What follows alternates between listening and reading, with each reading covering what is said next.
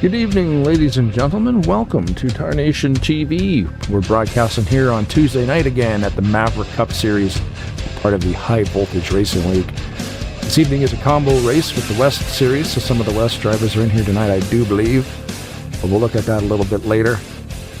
Race number three. Yes, race number 3 of the 2026 season. And yeah, we're off to a roaring start. Tons of drivers out here again this evening. So, I am Blaine Donlin, joined by the one and only Rod Weston. Yep, off to Vegas we go. Maverick Series again. Tonight, just a little bit different race though. They normally run races with the Memorial race. So tonight we honor Robin Hunker, I believe, a beloved wife, mother, grandmother, daughter, sister, and friend on the eve of her 2nd anniversary of her passing. Robin had a diverse set of interests, including reading, traveling, snow skiing. One of Robin's favorite places to go was to Las Vegas, where she enjoyed catching shows, an occasional trip to the casino with her husband Dean. We would like to thank you all for watching tonight's event and help honor Robin, and we hope you all enjoy the race. So that's why we're at Vegas tonight, is because we're honoring Robin. So. Yeah, that's cool, man. Yeah, I mean, it's a shame that she had to pass away, obviously, but it's cool. It's nice of Ben to set up a memorial race for her every year. We run this at Vegas, and it's in honor of Robin Hunker. And we've got Dean Hunker doing the Grand Marshal duties for the evening as well. So that's big shout out to Dean. Oh, that's Let's see here. Oh, that's the wrong thing. There it is. We're showing some stats right now. This is race, like I said, race number 3. We are in. Did I not update that? Nope. Why would I do that? Why would I have updated the standings? That would have made sense. How about that? There it is. That's what it's supposed to look like.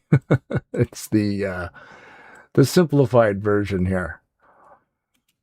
Watch me as I dance around here live and try to fix the technical difficulties as they happen. But yeah, The joys of refixing your computers. But anyway, that's it. Yep. Joining us up in the booth tonight is Benjamin Snyder. Benjamin, do you got a copy? He's not up in the booth with us yet, but he'll be up here shortly to tell us a little bit more about Robin. Yeah, we got a big night planned here tonight. How many laps we got on the clock? I cannot remember. This is it's a 150-mile race, so you'd have to do the math at Vegas. This is a 1.5 mile long track if I am remembering properly. It is a 1.5 mile track. Well, it's I guess it's a true 1.5 mile hour. One of the cookie cutters they call it. Let's see. I could do the math real quick. Hold on. Yeah, you got to do 150, carry the 5, divide by 6. 100, yeah, it'd be About 66. I was going to say it's half of that. So yeah, it'd be about, sure. Sounds about right. How professional do we sound right now, right? No, we did that wrong. I did that wrong. Hold on. Yeah, I did that wrong. Let me get it right. Thanks everybody for joining and tuning in, of course, live. We'll get this thing rolling here shortly after happy hour. 150-mile race, not laps. 150-mile race. 150 miles, yes. Divided by. Well, no, you times your laps 1.5. Doing a mile. I just realized, man, I love the new computer stuff. It's fantastic. I forgot to bind a couple of things. I'm just trying to find it. But either way, as always, Tarnation TV's YouTube channel has skyrocketed in subscribers. We're sitting at like 395. It doesn't seem like a lot, but we do get a lot of views on the videos, and then they coincide with the people who are subscribed to it. So if you got 395 subscribers, each video gets a couple hundred hits. I know most of the time, real people will be watching this, which is kind of nice. It's a pleasure to see that people who do subscribe to this actually do watch it as well, because some channels I do believe like fake it. You know what I mean? Like it's one of those things like, I don't know if that's real, but I was watch them practice a little bit, because we have a tendency to watch the drivers a little bit, make sure we have their cars and stuff like that. And watching one of the drivers out there run the high side. So I private messaged him. I said, "Do you saving tires up there?" And he's like, "Oh, I don't know." So interesting to see him out there. I'm not gonna say who it was, but because I don't want to get people watch this stuff while we're doing it. Drivers do. They're in there listening. So if I tell them who it was and they're all of a sudden doing real well, which this driver does do very well over here. But yeah, it was interesting to see that he was running the top and kind of just testing the waters. It's practice. It was practice at the time. That sounds pretty good. We haven't been able to get a hold of Benjamin, but let's see if we can get you. Let's see Puppy Sandoval up here. He's our race. Oh, I believe he's there. Benjamin. I was in qualifying. We have knockout qualifying tonight because we have so many entries. Awesome. Does that mean the order that stands now isn't going to stand? That is not the order that's going to stand. That's just some of the drivers. We have a second server. Okay. I'm just curious, just because I didn't know. We've seen this happen before, and we just didn't know that. We were like, oh wow, Pablo Victor got the pole, and then all of a sudden, no, wait a minute, they requalified. What? No, it's a knockout qualifying. They have so many cars here that they have drivers that actually get knocked out and don't get the race for the night. And we saw that happen at the very first race there with Jorge Ponchon. If I know, I'm probably saying that wrong, but the 72, he did not make the Daytona race because he couldn't make it in on time. Yeah, we got a pile of drivers. I'm not even close to getting these guys on one screen in TeamSpeak, so that's pretty wild. How many? What's the count tonight, Benjamin? You got over 50, I think. And then we're looking at like 45 or 46. Oh, nice. Vegas is a popular track. Yeah, and there's a payout tonight too. Oh boy. Thank you, Uncle Dean, for putting up the money. Oh, Uncle Dean paid. Oh, wait a second. So if the winner gets a prize. First, second, and third, $30, $20, and $10. Cool. No kidding. So I want to use the rest of this time to share a memory. Hello to everybody watching, first of all. But so one of my favorite memories with Aunt Robin is we all went on a cruise. Me, my parents, my grandparents, Aunt Robin, and Uncle Dean, for a few occasions back in 2018. It was my parents' 30th wedding anniversary, Robin and Dean's 44th wedding anniversary, and Robin's 63rd birthday. And every time we were celebrating an occasion, when we went to eat dinner in the main dining room, they would bring out a dessert with a candle after we had dinner, and everybody would sing to the person being celebrated. And everybody at the nearby tables would join in. It was awesome. In fact, we had such a great time. Aunt Robin said after that cruise was over, we should do it again for my birthday so that the waiters could sing to me, and she wanted to be a part of it. Unfortunately, we weren't able to do that before she passed, but those are memories that I will have for as long as I live. That's cool, man. That's a shame that she passed. That would have been neat. It sounded like it was going to turn out to be a yearly event. Like just do it. Well, we initially planned on just being me and my parents going for my parents' 30th wedding anniversary, but then some of the family wanted to join in, and so we decided to incorporate them into it. I call it the October Super Week. Oh, okay. Because there were 3 occasions within a week that caused the waiters to sing to somebody at our table. Oh, wow. That's cool, man. And how old was she when she passed? She was 68. Well, she's not old enough. Yeah.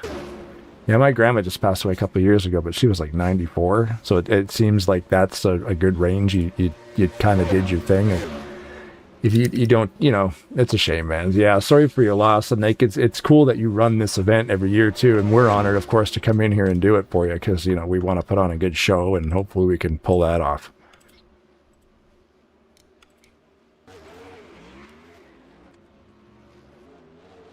So what's the lineup now? So you're going to redo qualifying here in a little bit, Benjamin? Yep, they're going to give me the results, and I'm going to get the. Then we're gonna. It's gonna be top 34 on speed plus 6 provisionals. Okay. Now, do some of your drivers, like the ones that are in the server already, do you keep some of the drivers who are like a top 30 or top 20 in points? Do they stay, locked in? No, Oh boy. it's 34 on speed, and then we go to the provisionals. Okay. Okay, I was just curious because I know you used to do it that way, and then I think last year you started doing it where everybody had to qualify in. Didn't matter. Did not matter. You weren't safe by any means. You could go out and have a bad qualifying run, and you didn't race. Yep, so we're about to go determine the results, so I'm going to go down and get that taken care of, and I will send you the information on who made the field. Perfect. Awesome. Thanks, Ben. Thank you, Ben. Yeah, That's awesome. yeah, it is great. I was having some issues with the stats screens and stuff, so we'll just, once this new machine is up and running, I got most of her together. Good news is free cam's working. Oh, yes, we got to have the drone going. Gotta have drone going. Yeah, got Ulysses Sandoval here on track watching him practice. He is our in-race on-track reporter for this evening. Ben requested that basically every week that we have a different representative on track to talk to, and that way we know if we call upon somebody that they actually want to talk, because that's a thing when this is such a popular league, such a busy league. You don't know if you grab someone, they might not even have a microphone. Yeah. So, Yeah. Ben's got a short list of guys he wants to see on mic, and tonight it is Ulysses Sandoval. Yeah, and we saw that, what was it last? No, it was the Daytona race where we had the issue with Josh Mercurio had no mic on his computer. Mm-hmm. After a little bit of computer trickery, we were able to get him up there on Discord on his phone, and we were able to interview him, so that was pretty cool. So we got a moment. We got to kind of go by with the points as we speak of Josh Mercurio. He currently is the points leader, 20 points of the last year's champion, 20 points ahead of Jack Merkel, and that was last year's champion. Pablo Victor is in the third spot, and then Ulysses Sandoval is up there in fourth. Nick Gunther, he is in fifth. I actually put a post up because the car I rented out last year, they were not going to be running it this year, and we're friends on Facebook, and he goes, "Damn, I wish I lived closer because I'd be driving that thing." Starting in sixth spot, the sixth, okay, Dorsey. In seventh is going to be, starting there, and seventh in points is Kirby Edwards, and eighth is Seth Cole, and ninth, Jonathan Peavy, and rounding out the top 10 in points is RJ Bishop. So I just wanted to make sure we get, some of the guys out there and we got a little bit of the points. And, right now, Josh Mercurio's got the points lead, but he's got to have to keep looking over his back. That Jack Merkel is pretty quick. Well, take a look at all the logos. It's pretty neat. I mean, I forget that we started Tarnation TV just a few years back, and now we're into these leagues, and these leagues actually go out of the way to put our logo on the field and stuff. But that's pretty awesome. I forget how cool that actually looks. Rodney Sullins has hidden it in different tracks. I guess it would be John Godfrey, actually. Rodney Sullins will hide it on the cars. John Godfrey will hide it on the tracks, or just put it on the video screens. So, again, thanks to Maverick for slapping a Tarnation TV logo on the infield. And, of course, there on the infield is the Robin Hunker Memorial 150. Today's race. I don't know who their artist is over here, but he does a fantastic job of the grass of the infield and all the sponsorships on the walls and stuff. And then there's the Maverick Cup logo. I mean, literally, you're able to dive into the track files and edit the graphics. Not even so much the graphics, just like these textures, And it's cool to see what some of these guys can come up with. Absolutely. And as you can see, we're at Las Vegas, so of course we're in the desert. Not a whole lot of greenery going on. That'll change when we go to Pocono and Watkins Glen. As you can see from the schedule that we put up, next week we will be headed to Richmond. No, was it Richmond? Let me check. Yeah, it is Richmond. Next week we will be in Richmond, so that's cool. That's a fun track. I like me some flat tracks. I've always had a really good relationship with Richmond. I kind of like it. Is Richmond a night race? I can't remember. There's, I don't know if they still do it that way, but they used to have a one night race and one day race. I believe the first one is a day race because the second one is usually the one that they used to go. It was the cutoff point for the chase. Ah, okay. Because I know Daytona does a similar thing where they go back a second time. It's under the lights. Yeah, that's you got the Daytona 500, and they call that one the Firecracker 400. It's the smaller, right? 100 miles less. Yeah. And then you've got the Coca-Cola 600. Yeah. Just in case you needed a 600-mile race. Yeah. Prelude to that used to be the All-Star race. As of late, they've been moving the All-Star race. They moved it to Texas once, then they moved it back here, then they moved it to, oh gosh, here we go. Somebody just got disqualified for doing donuts in the amphitheater. I don't know who that was. I was zooming in to see who it was, and they just got DQ'd. You've got disqualified for being out of bounds. Mm-hmm.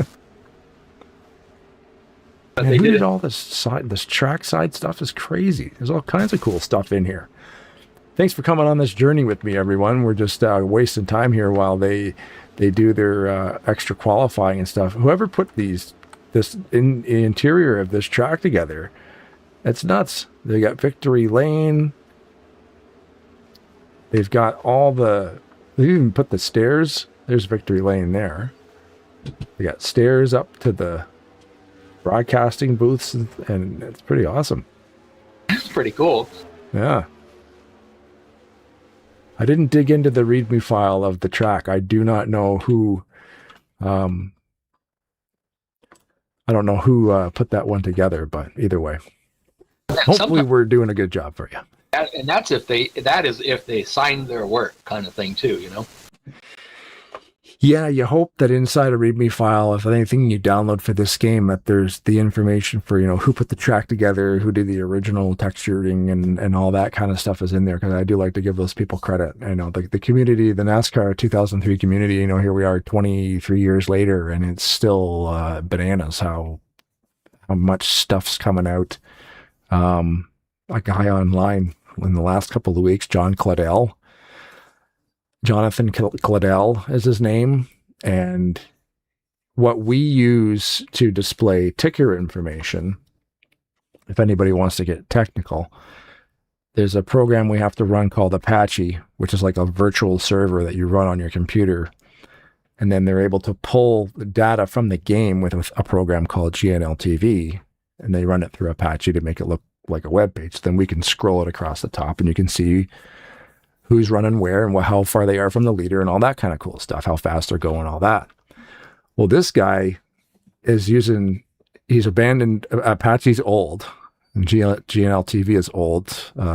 NASCAR 2003 community member Peter Dickens created that thing a long time ago. We're talking probably almost 20 years ago. So this new guy, Jonathan Claddell, is using a program called Python to drive a web page, which is lightning speed compared to the older Apache.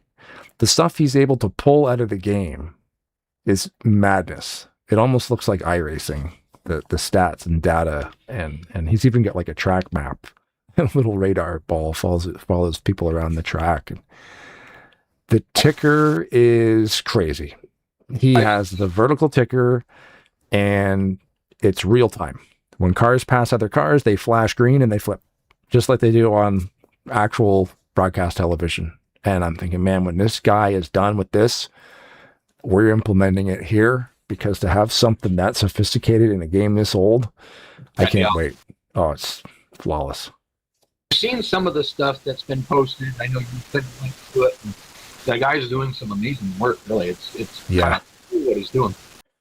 Yeah, I remember I sent you the one. I'm like, man, just watch the ticker at the bottom, because he's racing like the 24 car. I said, watch when he passes the 9, and then he passes the 9, and the 9 flashes red, and then he flashes green, and then they flip. So the red means you lost a position, and the green flash means you gained one. And right when he passes that car, it does it. And I'm thinking, to have that on a live broadcast for us, it'd be awesome. It'd be fantastic. One of these leagues is going to end up being the test bed. We do a lot of broadcasting. Yes, we do. and one of them is going to be the fortunate or unfortunate league that's going to have to put up with our testing here. Ben does like the horizontal ticker across the top, but he's got horizontal tickers too. So, you know, and with more information, some of them are like a triple stacked. And again, with Ben's league being so popular, you got 45 people in here tonight. The more names, the better. If we could have a scrolling ticker that does 3 rows, that'd be pretty awesome. Yep. And the thing of it is, I know the perfect league that will allow us to come in and do that. We'll just right over on a win tonight, and you know, just go into so we can play around with what we're trying to get squared away and whatnot. We'll go in there with them, do a broadcast for them. You know what I mean? And I guarantee you, they'd let us do it. So. Yeah, because we won't bring something like that to Maverick until we know that it works. And we're gonna have to run some online races, because the thing with Maverick is they hire us to do their entire season, and we don't want to use them as a test bed. We want to make sure the stuff works. So what you're seeing tonight works. You know, everything that's on screen we know it works. It's been tested over the years. It's, you know, the bugs have been worked out, all that kind of nonsense. We can't come in here on race 15 and drop new ticker software on and have the thing glitch out completely. And it's like, okay, well, just trust us. It's lap 4. You know, we can't have that. So we'll make sure it works first. We'll put her through the paces and try all kinds of different things and different tracks to make sure it works. I'm looking at the people that are in the chat, and this said, I think it's Guller Mozak. I'm not sure who he's pulling for here, because he's got the 12, he's got the 88, he's got the 70, he's got the 87. Oh yeah, who's that? Guillermo Sanchez. Yeah, I'm gonna guess it's he's pulling for all the Brazilian drivers. Yeah. The South American guys, man, they stick together. So Guillermo Sanchez, WK2, go 88, go 70, go 87, go 87, yeah. Strong arm emojis. Just chuckle out of that, and it was kind of cool. But yeah, we got 2 likes so far right now. Of course, we're not really that far in the race, but I know one thing that we talked about the other day is we got to get some more subscribers over here. You know, try to get this thing going up a little bit. So anybody want to subscribe, it's free. You know, for the next 15 minutes. So go ahead and get it in. Get yourself subscribed. Don't miss the next race coming up wherever we are out there. Yeah, that's the thing. Like, we don't, you know, we kind of hate the YouTube stuff, but we just kind of make fun of it. But yeah, you know, subscribe, thumbs up, thumbs down, whatever you want to do. Thanks for interacting with the stuff. And Guillermo, by the way, he says hi with the shades, and then he's got the Argentina flag there. So I'm gonna go out on a limb and say he's from Argentina. To say I was watching a certain driver out here tonight, and because I've been watching him, and of course it's practice, and you know, some of the guys are friends. A lot of them race against each other in different leagues and whatnot. And I see RJ Bishop, you know, kind of stuffed Josh McCarroll right in the wall. Nice practice, you know. Yep, still warming up. So the other server, I forgot about the backup server. They have so many drivers show up that they will have to run qualifying in a backup server. Oh, okay. And then they will pull the people that qualified from there, that qualified high enough, over here to qualify what looks like right about now. So let's. Yeah, basically they have drivers over at both servers. They all go out and qualify. Yeah. And it's all done by time. So you got to figure Benjamin's got to go out. He's got to get the results from both of them, and then figure out who made it in, who did not make it in, and then sits down, delegates. All right, you know, we're just going to say, for example, Alex Moe, you didn't make it. You know, we know that's not going to happen, but you know, Alex Moe didn't make it, so Alex Moe, you're out for the evening. So that's how they do that when they get that many drivers. And you know, we're talking, there's going to be 41 drivers out there tonight. So. Yep. Full house as always. Ben's an animal, man. I don't know how he keeps track of all this stuff, but he does a great job. Awesome. That's why when we're trying to talk to him at the start of the race, and then all of a sudden he's gone because he has to go somewhere else and talk to somebody else.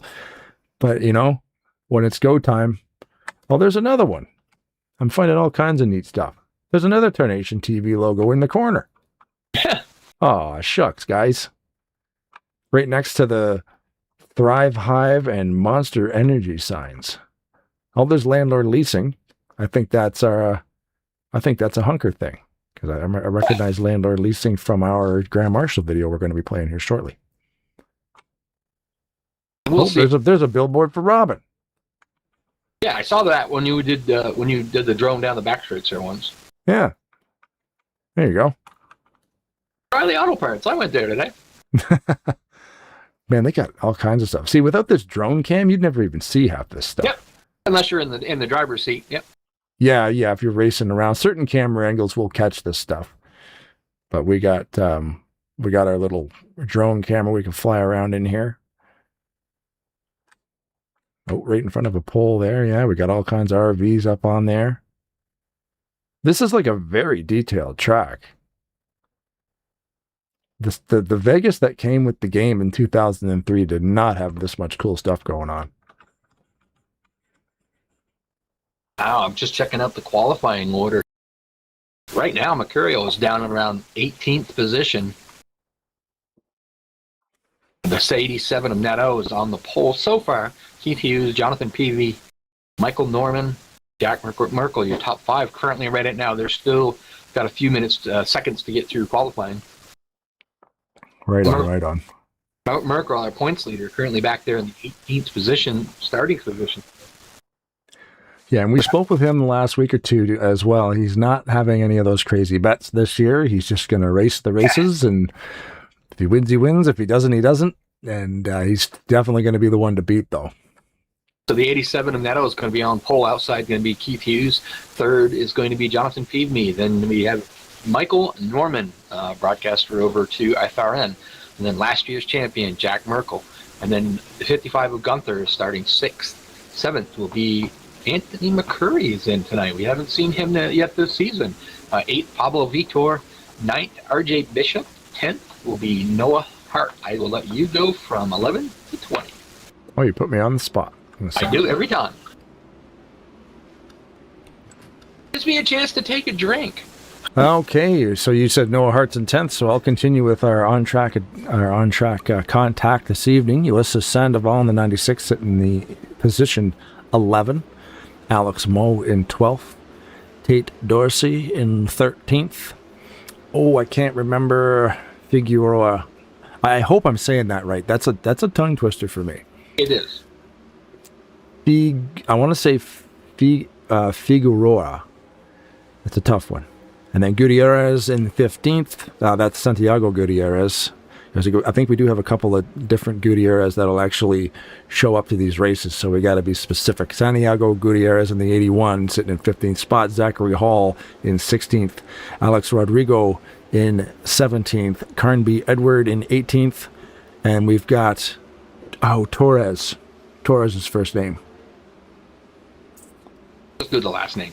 Can't remember. We're going to stick with Torres because we do have a Christian Torres as well. That is not Christian Torres in the 70. And then, of course, we've got Little in the 083 in 20th. Did you want to take over from 21st? Sure. 21st, Jocelyn Landy Pavillon. 22nd, Crocodile Crump. And then we have Chris Aiken in the house tonight. Whoops. No, we don't. No, we don't. I'm not sure what happened there, but we were trying to go through the list and they restart the server. So yeah, I don't know if that was a mistake, or I guess we're going to find out. We will. Let's whoops. Trying to give you some more information, and when I clicked on it with the mouse, it took off on me. We have 9 countries tying the record for the most rate in the race tonight. Oh, I love this. 9 countries represented tonight? Yep. Holy moly. 28 drivers from the United States, 3 drivers from Brazil, 2 from Argentina, 2 from Mexico, 1 from Australia tonight, 1 from Canada, 1 from Colombia, 1 from Ecuador, and 1 from Peru. And, hold on a second, we'll give you the makes of the cars. We have 10 Dodges, 10 Fords, 5 Chevys, 5 Toyotas, 4 Lexuses. I can't remember the name of the team, but I know that Joseph Landy Pavillon and Austin LaPlante are part of that team. Two Cadillacs. So Jonathan Peavy and Josh McCurry are the only two Cadillacs. You got two Kias. That is the Snyder Boys. One Honda. We all know who that is. That's Keith Hughes. And one Pontiac. Yeah. It's always, oh gosh, what was his name? McIntyre. McIntyre is always in the Pontiac. Yep. Let's see. We're going through qualifying right now. So I'm reading what Brent Benjamin sent me for the newest thing. I think they're in qualifying, so I'm not going to grab the Ulysses and bring them up there. But as soon as they get done with their qualifying session, we are going to bring Ulysses Sandoval up and have a few words with him. He is our driver to talk to tonight, like you said. We might even pull him off when he's out there under caution, so we'll see what happens. Okay, so the qualifying we were reading from wasn't the official qualifying. No. Oh, okay. I'm guessing. So, but the drivers that did not make the field tonight is the 62 of Miguel Figueroa, if I said that right, I hope.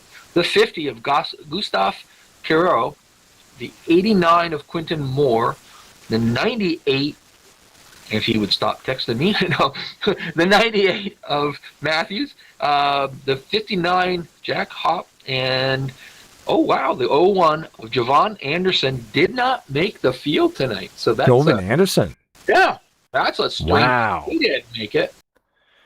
That could be too, is that he may have been in there and whatever. He might not have taken the time too. So Jovan, if you know anybody, Jovan is, Yeah. But there was 46 drivers showed up for 40 spots. Wow, if Jovan didn't make it in, holy moly. Yeah. he's really good. I love racing against him, and I mean, you always had people that kind of complained that, they questioned whether or not, it's the same way. If somebody beats you, when they beat you as well as he does, they always accuse him of, doing something probably not 100% quite right, but you know what? I don't think so. I've raced with that guy many a time, and why I always love racing him, he made me better. Yeah, that's the thing. If you can't beat him, join him. Just follow him. Yeah, well, I mean, he whipped up on me at Dover, not by crazy margin, but he was very good at saving tires, and I finished second to him, and we know the suspects, the people that will pull out their crying towel and went, and I'm like, no, I was happy to finish second to him. The guy's good, and just like I said, Yep. Makes me want to get better to be able to compete with him. He is that good.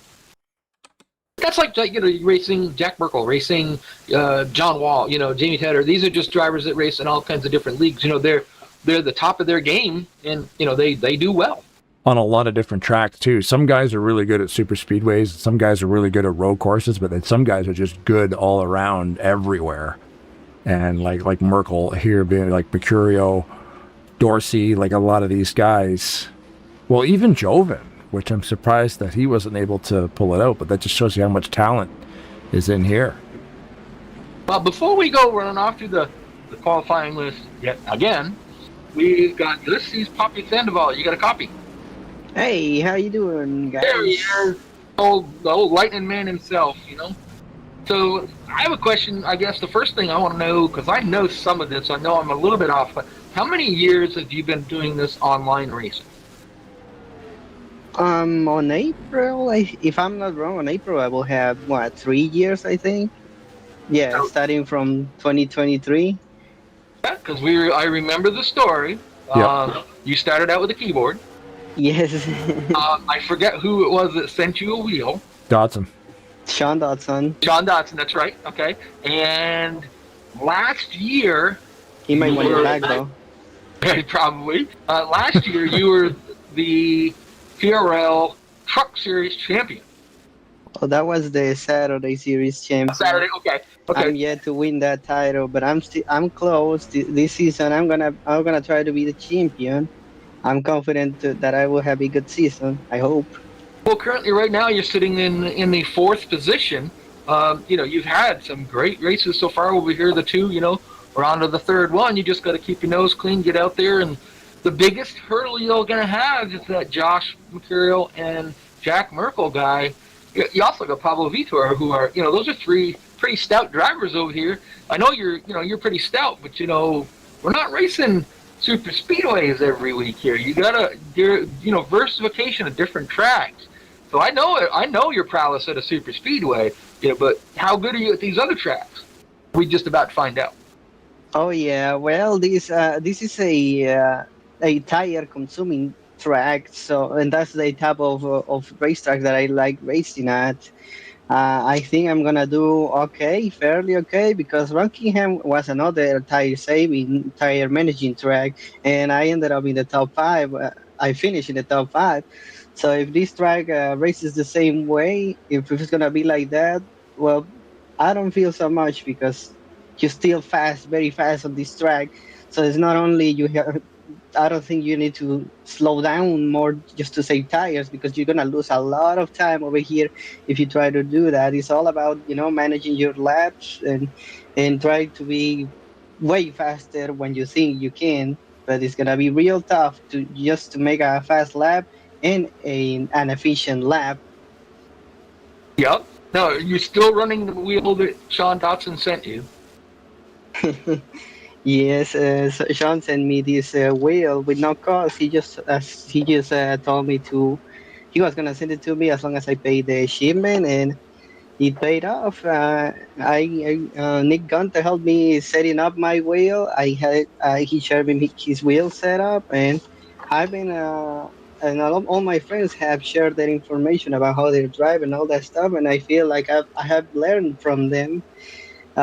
Very, very well because they turned this keyboard super speedway driver into a fairly competitive oval race driver. So, Lane, do you have a question that you'd like to ask Felicity before we get into we're talking about the tire being a tire track. Like as broadcasters, we always it always comes down to like a fuel mileage thing, but we kind of dig it when it's a tire managing thing because then we're watching guys' strategies. Some guys will run a little easy, some guys will push hard and just pit more. Like, what's your strategy on a tire track? Do you just sort of sit in the middle? Like, how hard do you push this thing?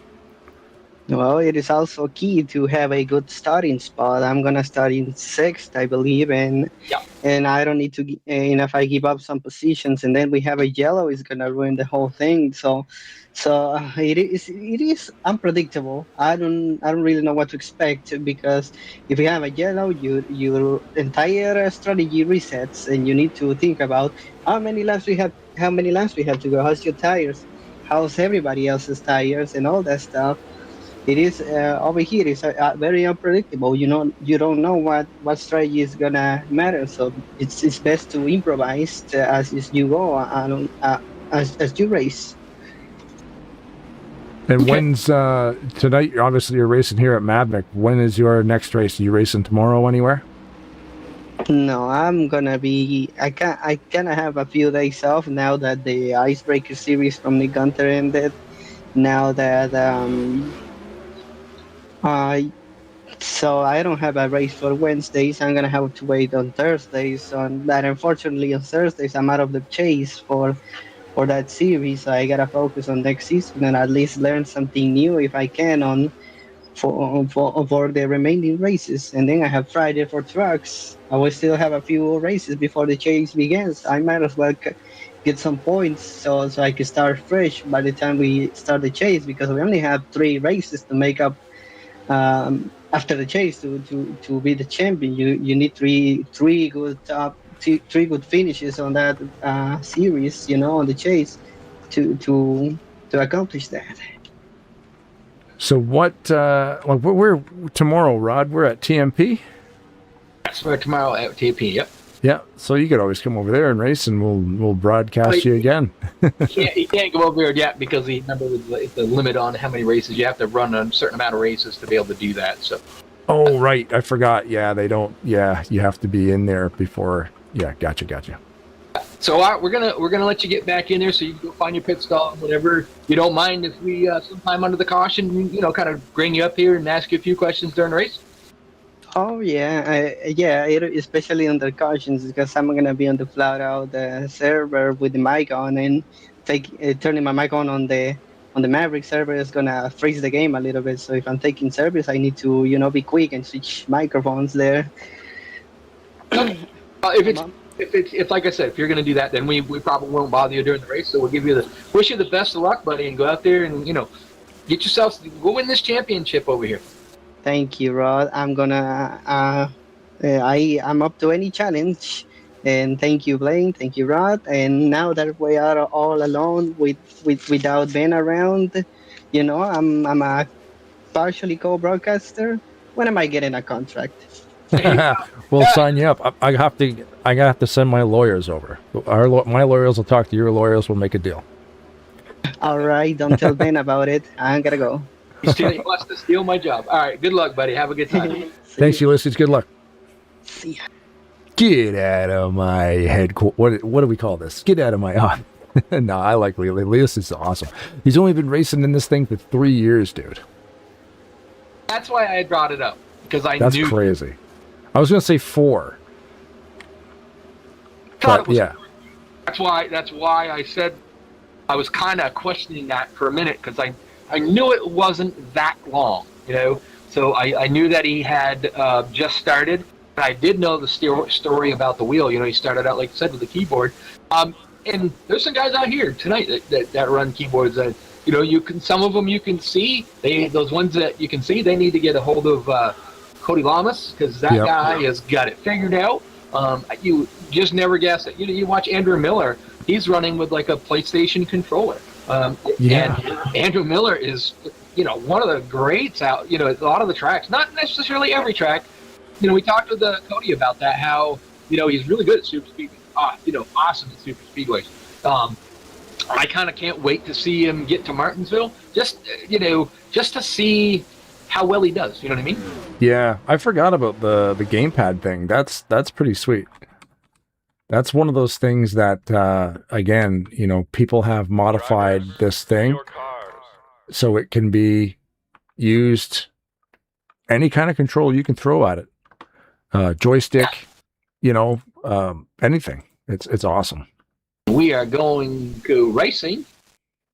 Just got the message from Benjamin. They were kind of nice. They let it drag on a little bit because Ulysses was up here, so they wanted to make sure that he had a chance and opportunity to get down there, get in the car, get out there, and find his pit stop.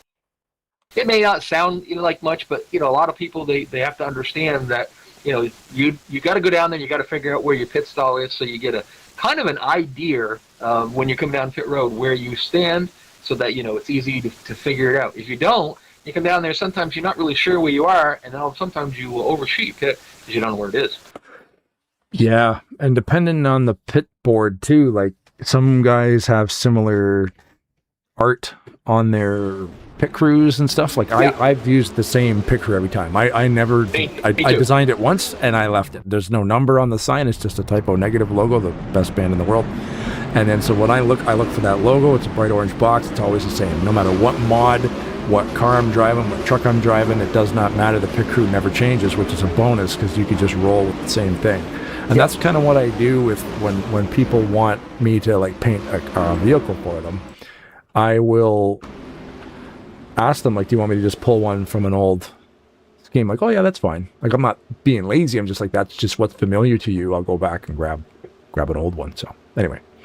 Andrew Mercurio's, not Mercurio. Gosh, Rod, get it right. Josh McCreary. Ended up with the pole, then Q2s. We get the green fiber going. PV's on the outside. Jack Merkel up there. And I think it was, Ulysses, like he said, was about 5th. So that's pretty good for them guys. Everybody got a good run through that first corner. So that's pretty awesome. Side by side up front. McCurry gets McCurry gets a little bit better run off the turn. That's one thing. Just call him Anthony. Yeah. I got it. Just they're both together, and McCurry has not been here yet this year. So one thing I've noticed about this track, this kind of version of it. Now I don't know in this version of it, whether there's a little bit more grip on the high or whatnot. I saw Josh Mercurio on the high side early during practicing that. Asked him a few things, and he said he was just trying it out. The way I see this track, 3 and 4 is kind of like what you'd call a true oval. What I mean by that is you go into the corner a little higher, and then you kind of lay apex. So you're trying to hit that left front tire, almost right down there by the the apron for that white line down there at the bottom on the exit. One and two is a little different. You kind of want to, you still want to arc in there, but you kind of want to apex in the middle, because you want to stay on that bottom. So sometimes coming off the thing gets a little bit tight, especially if you're on the high side. And as the run progresses, is it changed to loose, tight? A lot of that's going to depend on the setup, but I would imagine what we're going to do here is, as the further they go, talking with the Fury a little earlier, the right front tire is going to get the hottest. Remember, this is a fixed setup, so everybody is running the same setup. So it's going to vary for every driver. A driver like myself who likes a little bit more of a looser setup is going to find it tight. But you can't have it loose, because if you have a driver that just, can't drive a loose setup, then you're going to have a lot of caution. So most of your fixed setups are just a little bit tighter than some of the faster guys would like. But that's the great thing is the faster drivers can always adapt. Yeah. I just wondered why the broadcast looked a little bit choppy. I just realized I'm running it at 30 frames per second. Yeah. No. I wonder if I could change that. I wonder if I could change that midstream. Probably not. You gotta remember about playing. You had built a brand new computer and had it all working right, and he had to do it his way. Yep. And when was it that you reinstalled Windows? Yesterday? On the weekend, I reinstalled Windows the proper way, and now this thing, it's working fine. Everybody can watch the broadcast. It's visually cool. I'm just noticing, it's weird. It doesn't look... I'm running at 140 frames per second in the game, but for some reason the stream doesn't look like it's that smooth. And I just looked down on OBS and it says it's broadcasting at 30 frames per second, where it usually broadcasts at 60 frames per second. So I will fix that. That's on the list. Checking back there at your listening Sandoval, who's currently in the 4th position. Now, I think I heard, maybe, I know there's a little bit of a language barrier there. I'm just picking on him about that. But I heard him say, I'm going to take it easy. Yeah, right. Save my tires. Well, he got past Jack Merkel. He's got past everybody up to the 4th. I don't think he's saving a whole lot right now. Jack Merkel, he went backwards a little bit. He moved back to about the 8th position. We know he was up there in the top, I think it was 4th or something like that, 4th in the area, and he went back. We know he's saving tires. Yeah, just rewinding here, looking for the point of caution. I saw some smoke out there and wasn't exactly sure. We'll find her for you here. Just look for the fire, and that's how... Oh, there's a car backwards. Yeah, you probably shouldn't be facing that way. Pretty much. Let's see. Everybody headed down road, David Little. Make it time? I don't. Yeah, yes, he did. So RJ Bishop stayed out to lead a lap, and Tate Dorsey. Kind of curious to see what drivers did what. Yeah, looks like Little got spun around a little bit. He was running side by side with Ben there, and Ben's car washed up just a little bit. A lot of rear end damage on the 083 though. That's a slick looking ride too. Oh yeah, it's a nice looking car. Yeah, Dave Little's always got really cool paint jobs. Probably Rodney Sullins, no? Maybe. I don't know. It is a Rodney Sullins, yeah. Yeah. Of course it's going to be awesome then. But everybody that did take the trip down pit road took 4 tires and fuel. Prepared. Okay. They have had. I don't think they did have that much, but.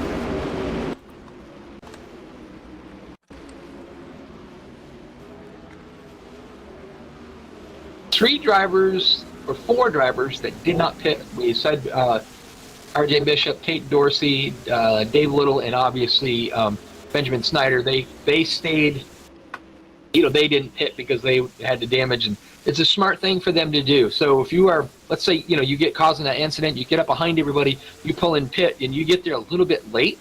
You got to get damage fixed. So you don't want to be get stuck on pit road and lose a lap. So the smart thing to do is go behind the pace car. Then you go in, everybody's going a little bit slower pace. You go in ahead of them, it gives you a little bit more time to get everything fixed up.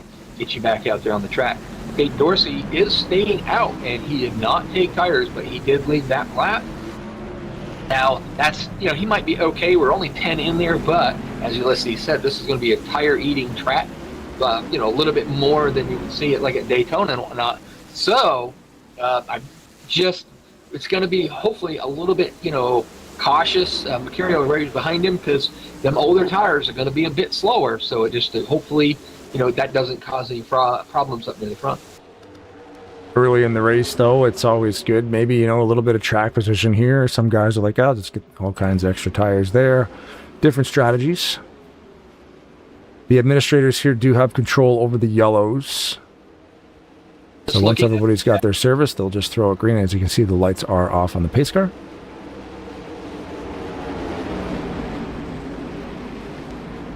Notice we got a few more in the chat. Robert Spring has joined us. Brian Wolf is in the house. Has some procedure done tomorrow. Good luck with that, buddy. So, Tate Dorsey. Now let's see if he's going to spin him. He spun him a little bit, and Mercurio's get that good run on the outside. Josh Mercurio gave him a good shot. Unfortunate for Josh where he is. I think Tate's going to be just a little bit slower on them tires. It might kind of, slow Mercurio down, but no, Mercurio drops right to the bottom. Tate's going to get right. He's basically what we always call the sucker hole at Daytona and Talladega. Ooh, and he was able. Ooh. Very close. That's not going to end well, yeah. Oh, wow. I thought he almost saved it, but he did not. Oh, no. TV's off the corner. Everybody is crashing. Did we go yellow? Yes, okay. Every single car on the planet except for the top 6 crashed. And then, fortunately for that, it was, not blaming Tate. I'm just saying it was a result of that Tate's car being just a little bit slower in the corner. I think Mercurio kind of got into the back of Tate a little bit, and when he did that, and a little bit of latency, it didn't affect Dorsey at all, but it shot the nose of Mercurio's car right up into Little C Sandoval. A lot of cars going through the lawn, doing some landscaping. There's going to be a lot of repairs. Yep. I got to laugh because, you got Brian Wolf on there, and what was his comment? I bet you can't guess what he said without looking. Rod, are you live? Oh, Rod, are you live? Yeah, exactly. It's an ongoing joke. I haven't had that problem there once, but I went looking back at something one time and forgot to go live, and I was a little behind, and this was when we were doing the broadcast with Brian, Blaine, and myself in the booth, and he's like, "You're not live." So yeah. We've all done it though, man. That's the thing. And I use my number pad to control everything. So the decimal point will set you live again. You don't need to use your mouse to do it. You can use the number pad to control it. I didn't know that. Yeah, decimal point will snap you back live. Oh, cool. 5 is play on pause. 6 and 4, frame forward, frame back. Don't push 7. That'll take you right back to the beginning of your replay. Aha! I've never played with that. See? The sun went down. Never yeah, played. the number pad you can control. What's slow motion is 8. The different stages of slow motion. But yeah, decimal point is a good one on the number pad. It'll snap you right back live again. So now the question is we only did a couple of laps there. So guys pitted, came in, and got tires and whatnot. Tate Dorsey didn't. He is in 4th position currently right now. A 3rd car on the track, 4th position, because I believe it was somebody must have gone down pit road, and that was Jonathan Peavy. So, or he was ahead of him at the time, I guess. I'm not really sure how that lined up there, but it'd be interesting to see if Tate Dorsey stays out, or there goes McCurry and nope. fake out. He's not going. Tate's staying out. That's interesting. I think somebody headed down pit road. Let's see. There's a couple guys. Yep. There's a bunch of them coming in now. All the guys near the back. Jorge Pachon, Christian Torres. Who's that? That's McGlynn. Chris Aiken's out there too. Get a chance. No hurry. Ulysses. Get the chance to go out there and look at the old Seth Cole, number 9. He's got the FRN. That's I guess you could say it's a competing broadcasters, but Nah. we actually do all kinds of stuff together. We do specialty races, and they want, Blaine, myself, and Seth in the booth, and you go over there and work with Seth, and he comes over and works with us, and just one great community. That's the FRN car, Dodge Dart. I like that car. I think it's just a sharp looking rig. Yeah, and I don't care what anybody says. Seth Cole is the greatest broadcaster, play-by-play in the business. The guy is amazing. He could do a whole night by himself, and you'd never even know. Yeah, I always say the man, the myth, and legend in his own mind. But no, man, this guy is a legend at this. I every time I go and do a broadcast with him, I'm kind of humbled down to a point where, because he is just that good. Well, and it's like he could run a whole entire broadcast alone, solo, all by himself. Like he'll just sit there and talk the whole race about everything. I've done that. I've had to do it by myself before, and it's an absolute train wreck. It's not fun. I'm good at making everything look pretty. I'm a good talker as long as I have somebody to talk to. Yeah, I've had a few times where we had issues, and I've had to do it just myself for a little while. Mm-hmm. I didn't know today, but I understand. It's so good when you can bounce off somebody. So we went back green. We got not Josh McCurry. We got McCurry out front, Keith Hughes, Michael Norman up there in the third position, Peavy's in fourth. Zach Hall has made his way up into he's trying to get by Tate Dorsey there into the fifth position. Tate Dorsey's still hanging pretty strong on them older tires, although it looks like Alex Moe. Yes, it is Alex Moe, the old where did he come from guy, working his way up seventh, probably sixth when he comes off.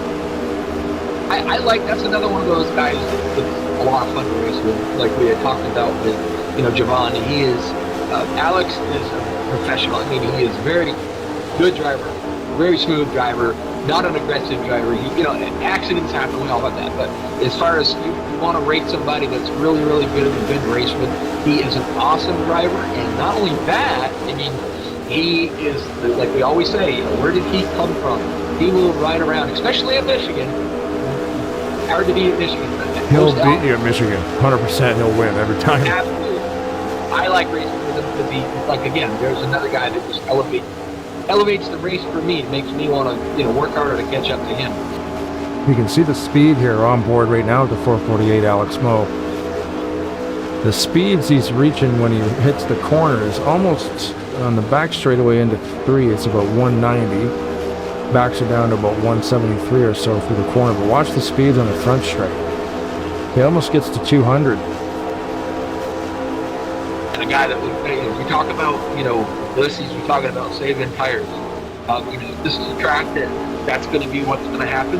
Alex Moe is going to work his way up there slow but sure, but he will definitely work his way up there and, get up into the front and literally, before when you get done, you're like, man, I wait and see him all night. Usually that's his MO. Tonight, he's a little more comfortable with it. Started a little better starting position. He's already started to work his way towards the front. As you can see there, he was trying to get by Zach Hall, and he has not made it by him. He hasn't forced the issue either, because he's, he knows I'm going to use up a little bit of tire to try to do that. Let's just wait a little bit. He'll burn his tires up. I will get him if he lasts. Right. Yep. Yeah. You got to keep that in mind too. Being a tire wear track. Just lock in and run your race and do what you got to do. I was just reading the front of Michael Norman's car. He's not in the Kinetics car tonight. He's in one of his, I guess we'd call it anime. One of the Seth Cole anime cars, Oh, Norman? Yeah. I'm looking for him. What positions he's sitting in? He is in the fourth position. He is right behind Jonathan. You said you were reading the front of his car? Yeah. Mobile, I don't know. It's some anime. Yeah, I don't know what that is.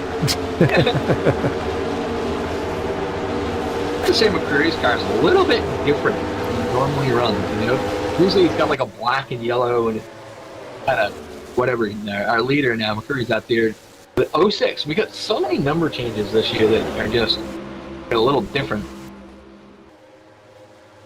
Although, you know, always the same every time we see him out there. Keith, he was the only Honda out there with the Purina and his cats on the car. Always has his cats on the car. I'm just slowly going through the field from the rear here. Michael McGlynn in the 181, the new name. Yep. He's sitting there in 38th position right now. Joseph Landy Pavlon back there. Santiago Gutierrez. There's Chris Aiken. Oh, I'm going to pronounce that wrong. Sidney Neto. I just say Neto. I always use the last name. Yeah. I go with the last name them. What's this guy rocking? Oh, he's got a capybara on it. Yeah. Oh, it's an animal rescue. Oh, cool. Oh, capybaras. If you like guinea pigs, they're 1,000 times bigger. He's got, let me see here. He's got the Brazilian flag up there. It's a good way to figure out what country these guys are from, is most people will put their flag on the car. Back under caution again. I didn't see what happened, but I can see some marks and smoke on the backstretch. There's Nate Gunther back there in 35th.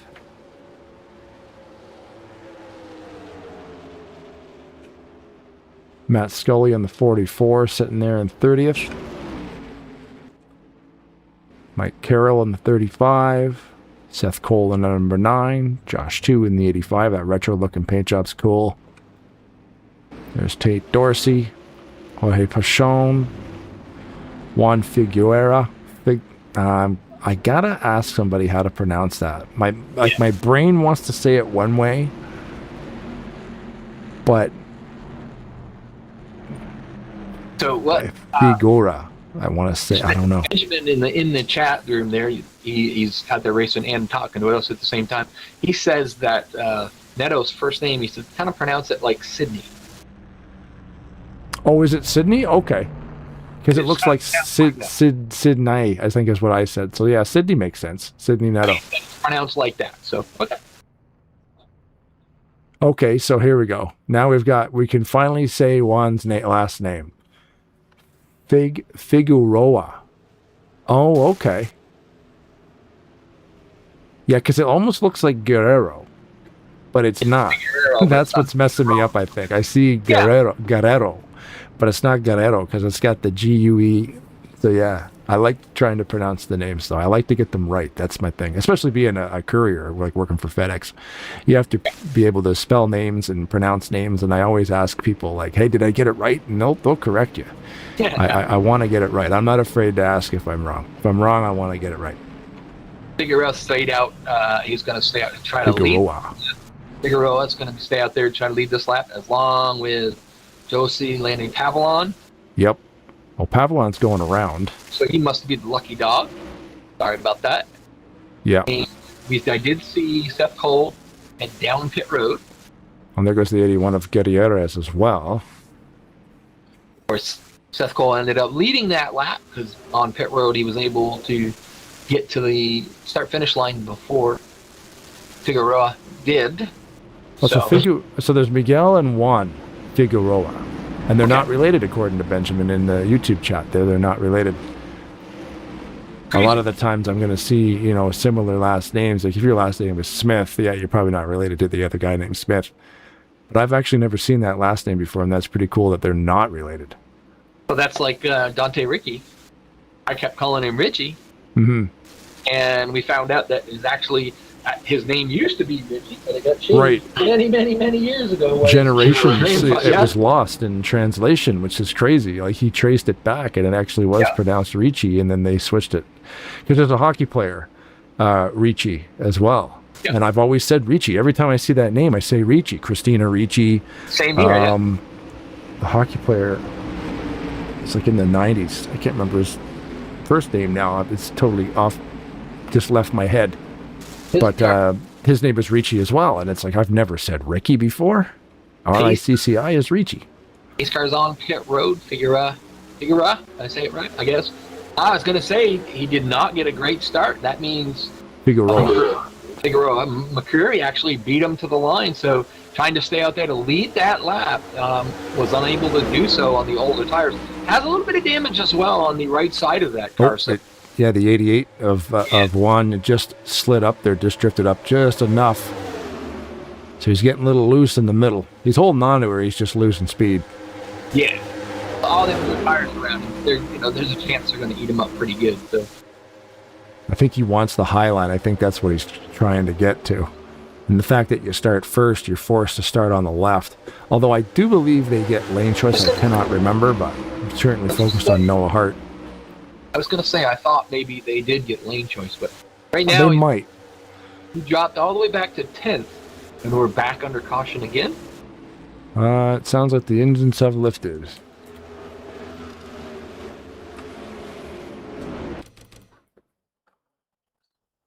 Again, join us here tomorrow on Tarnation TV, but we'll be broadcasting over at TMP.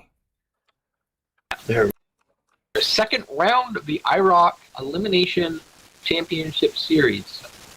Yeah, and they're running IROC. I can't remember what year it is. It's the IROC mods. All the IROC mods are so cool. It's the Fireball. It's the Firebird one, though. Right. And I told Robert Spring and I were talking about that event before it started there, and I said to him, you just got to finish 9th, and I think he finished 8th, so he's still in the hunt for the championship. Nice. So now he's got to finish 6th or better this next week. Looks like Scully got a little loose in the corner. Oh no, it was Seth Cole walloped that wall and shot back across a little bit. This is a safer barrier track, and you can see the wall juts out a little bit. That number 9 hit it right in the seam, and it ouch! Body checked the 44 into the grass, so he's doing some lawn care. Contact Mike Scully if you need any lawn care. Matt Scully. On pit road, Keith Hughes taking 4 tires as long as Jack Merkel. Figaro Juan there, he is in as well. He tried to get out in the lap. Josie light up Pamelon, and it looks like I think it's Tate Dorsey. Yeah, Tate Dorsey came down pit road. Their Figaro car. Oh no. McIntyre was the other car that pitted. So they pitted to 4 tires. Some of the other guys probably just, it's a strategy thing. You don't necessarily have to take tires every time. I tried this where it's more of a tire sensitive. You're going to use up tires. You'll see a lot of people pit, but there again too is you may not want to be in the back or in the middle of the pack. You prefer to be about near the front. So if you've got yourself some pretty good track position, you ain't bet on them tires for very long, you will stay out. Ulysses Sandoval headed to the pits. This is not an instant replay. This is live.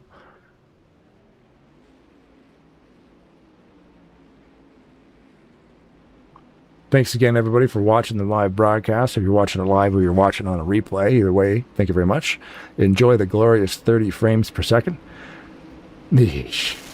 You know what, though? I never even thought of this. If it's set to 30 frames per second, Maverick's the only league that I... No, you know what? I think I remember changing it before I reset my computer. So this is probably going to be the only race that'll be in 30 frames per second. I could probably switch it. We're under yellow. I might be able to switch it, pause the broadcast, and then bring it back. But we'll just leave it. Everything's working. It'll be much smoother next week. Mark Snyder doesn't get around. He was the lucky dog. He's going to make his way around to do it. RJ Bishop's having a little bit of connection issues down there on the bottom side there, back in he's about 5th spot. He is disappearing and jumping and wiggling all over the place. Oh, that's a shame. Yeah, RJ, if the guys are running wireless setups, and oh yeah, he's in real bad shape. Move down to the bottom side to get out of the way. I think he's actually headed to the pits. Hopefully that stabilizes for him. Yeah, smart thing. What he'll do is get out of the pits and probably, get off the computer and go out and yell at everybody, get off of our internet. Yeah. Alex Moe in the inside there, McCreary on the outside. Fury did beat him to the line that time, but he's Alex Moe on that bottom side probably will get him off the corner here. Quite. Fury get a great launch off that turn too. Right back up. Tucking back in behind him. Yeah. Oh, he's trying to snap it down in there. Yeah. Oh. Man, they're running the wheels off these things. Look at him. He's using the whole track. Holy moly. Yeah. Josh Mercurio got up there, got into the fence, got hung up, and that just dropped him back. Same thing happened to Alex Moe there. He just got to the fence, and that fence will slow you down quite a bit. And yep. Oh, the 36 goes around. That was close. Alex Moe almost. Allison Rodrigo right in front of Moe there as well. Back under caution again. That little incident with Alex Moe, that dropped him back to the 7th position. Yeah. He was inside on that start. It just, he clipped that wall, it slowed him down just enough so that, he lost a little momentum, and unfortunately that put it back. You don't know where he'll be back. Robert Spring in the chat says, get a 180 hertz monitor. I might actually. I have not bought a computer monitor in like 20 years. I bought 3 of them, and they'll be here Thursday. Nice. I don't know what the hertz on them. I didn't go for that. I had to go for something that would go VGA or Divid, so I had to get what I could get. 27s. It'll be. I'm looking forward to when I get back to racing at ASR and the open setup on Wednesdays. Hopefully by then, I'm sure I will have them up, set up, and running, and that'll be awesome. That'll be cool, man. Yeah, sitting inside a 3-ring circus like that'll be cool. Like a 3-monitor setup wrapping around you. Looks like everybody just about. There's a few stragglers that stayed out. Yep. Paulo Vitor there in the 99. That's a cool-looking Monster Energy car. Pitting from the 8th position. It'll take a couple laps for everything to reset. 2 of Young stayed out. He was able to lead that lap. Right behind him is Carby Edwards. Figueroa is back up into the top 3rd. Now we know he just recently pitted, so these guys took tires the last time around. Nobody else did, so they'll probably stay out there and keep up front. Crocodile Cromp back there in the 4th. Hold on a second. I gotta go back. I gotta get into drone and go down pit road. Some of the pit signs are hilarious. Oh yeah. I saw one here. One was like a squirrel. I was sitting on a log taking a dump or something. What's going on here, boys? You're talking about, I use the handicap placard for mine. Well, you might as well, yeah. I mean, yeah. It's so funny when people finally get a chance and they see it. Yeah. They all go, "Who's got the handicap sign?" That's funny. Yeah, yeah, it's like a squirrel with the toilet paper. That's kind of like what we were saying is like you need something unique. There's another cool one there. You could literally just use the same sign on every single car you've ever had. Yep. And never, even if you're forced to change your number, you don't need to just don't use a number. Oh, mate, that must be the Australian one. Let's get that capybara staring back at me on that pit box. That's wild. Yeah, see, a lot of really cool looking pit boxes. So Carby Edwards, after the round that pit stop, ended up coming out in the lead. New number for him. I think he took Austin LaPlante's number from last year, and Austin LaPlante went to the 48. I have a few of those that are different numbers from last year. Seth Cole on the pit road there. You get in and out of there because the pace car is going around 3 right now. The lights off. We're about to go back green. Black flag being shown to Seth Cole, but we just saw him on the pits, so he was probably just serving an end of longest line penalty. Benjamin was saying Carby ran the 880 last year most of the time. He was the greatest substitute driver. He ran a lot of different cars last year, subbing for people. Yeah.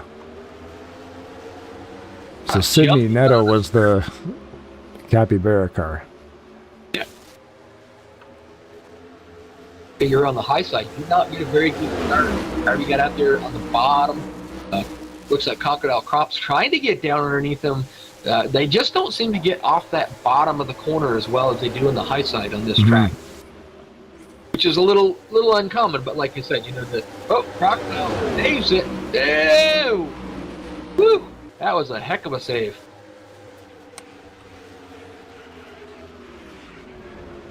Get out in the 87 there. It's up into the second position.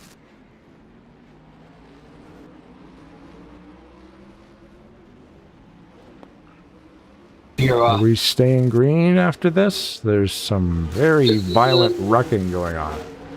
We might be in a cooldown period here.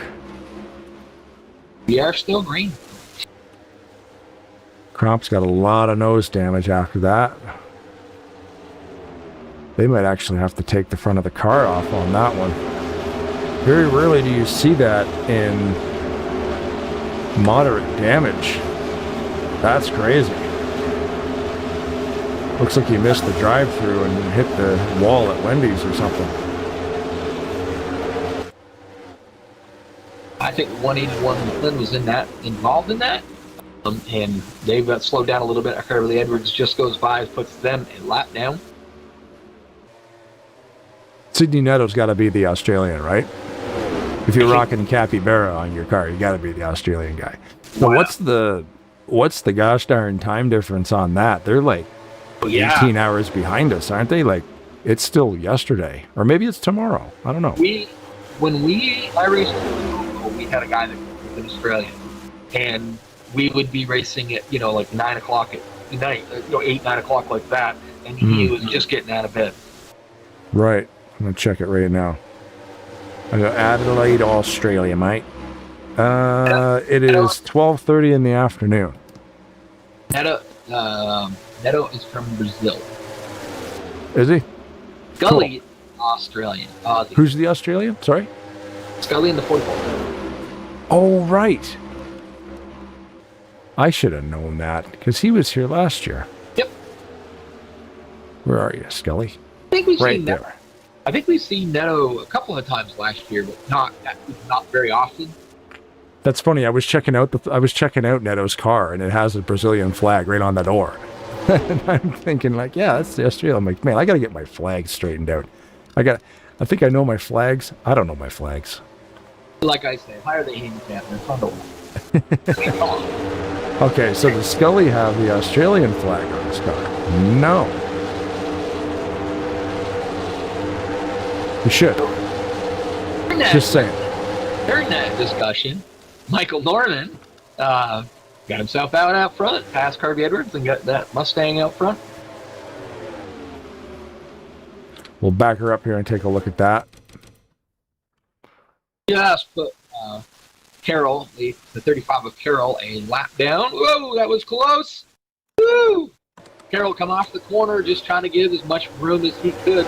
Just clipped that wall. We've seen how that slowed, the cars down quite a bit. And when it did, Figueroa almost got into the back of him. Figueroa. Okay. Figueroa. I'm going to practice that one. Yeah.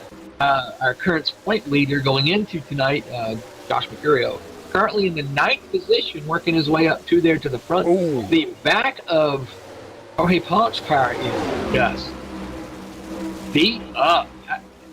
Such a pretty paint job that don't look so pretty right now. Just watching Michael Norman here. You got Keith Hughes breathing down his neck. Jonathan Peavy right there as well.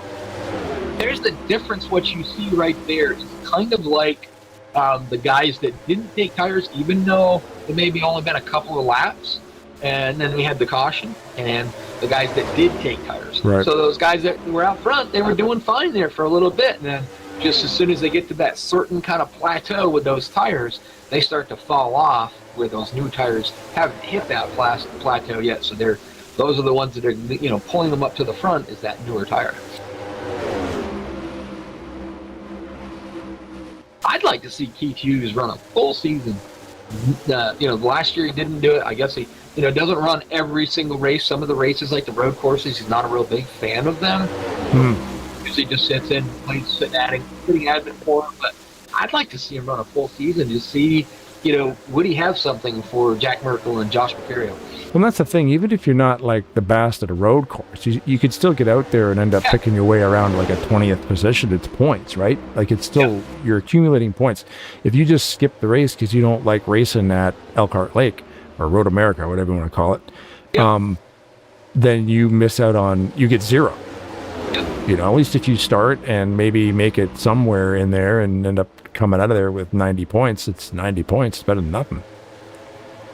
40 points, 42 points. Like, there's all kinds of points you could have, like even if you don't finish first, I love road courses. Like, I'll never win one, but I love driving those. They're all so different, right? Like, I mean, every oval is very different too, but it's this sim is great on ovals and road courses and all the circuits, even the dirt tracks. Like, I don't know how they figured out how to do that, but they figured out how to simulate dirt, and it just gets cold. The tires stay cold the whole time, so it's really slippery, and it's super cool to see that. The dirt isn't as great, especially if you have an open setup though, because you can actually can make the setup a little tight and it still goes. But yeah, tire wear is minimal. But you can also, if you get it right, make a setup. You can actually get it sideways and a little bit, actually drive it through, and it's kind of cool. Yeah. He was just working hard on the back bumper of Michael Norman there. He really tried to do it. He's got to, you want to be a little bit cautious. You don't want to work it too hard. You want to save some of that tire. I think you see PV back there just watching that excitement in front of him, just waiting for them guys to burn that stuff up so he can get up there and take that lead. That's the great thing about being like in that position, a PV's position. Like, you're just watching these guys trying to, Norman's doing a great job blocking Hughes. Hughes is trying his darndest to get around him. And PV's just like, yep. Once the tires start falling off, I'm just going to drive around you guys. And when we say fall off, we don't mean like fall off the car. We just mean the grip. The grip will fall off. Yeah. And then it starts getting tough. Currently right now, our points leader, Josh Mercurio, running in the 5th position. 2nd place in points, Jack Merkel is back in 12th. So I still think he's kind of, hoping for a long green flag run, kind of in that, tire conservation kind of mode, not pushing it so hard. Because I think if it goes, green for quite a while, I think you'll probably see Merkel start headed up to the front. That'll change too once we get down to the latter part of the race. We'll see him, all right, tires aren't going to be a concern no more. We're just going to push him. I don't know what it is with Seth Cole in that turn 4 wall, but he hit it again. I think he's got a flat tire. Sure acts like it. Up in the fence again into turn 1 and 2. I think he might have just the way it acts, I'm almost going to say he has got a left front tire that is flat. Makes his way. See, now the problem he had is he was trying to get down to where he could get in the pit. So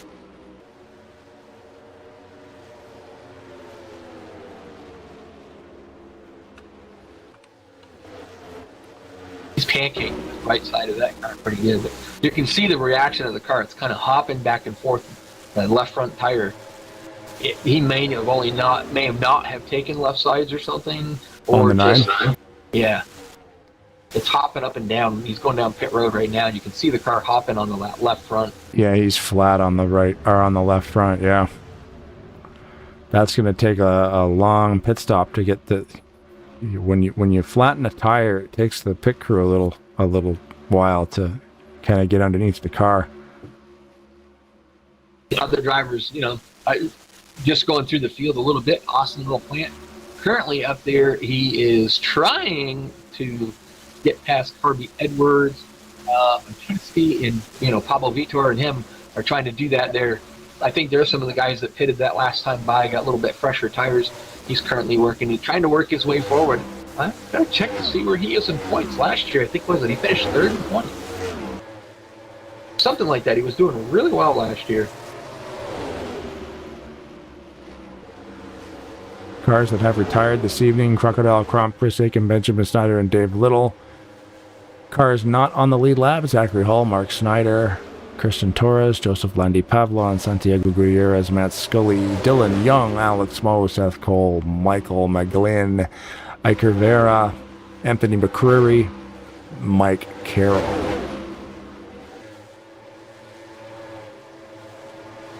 Oh, and I just remembered too, now that it's lap 59, I forgot to play the Graham Marshall video. What is up with you, man? Telling you. Headed over to flat out racing. Man, it's Dean Hunker, bro. You know what? Let's do it right now. Drivers, start your engines.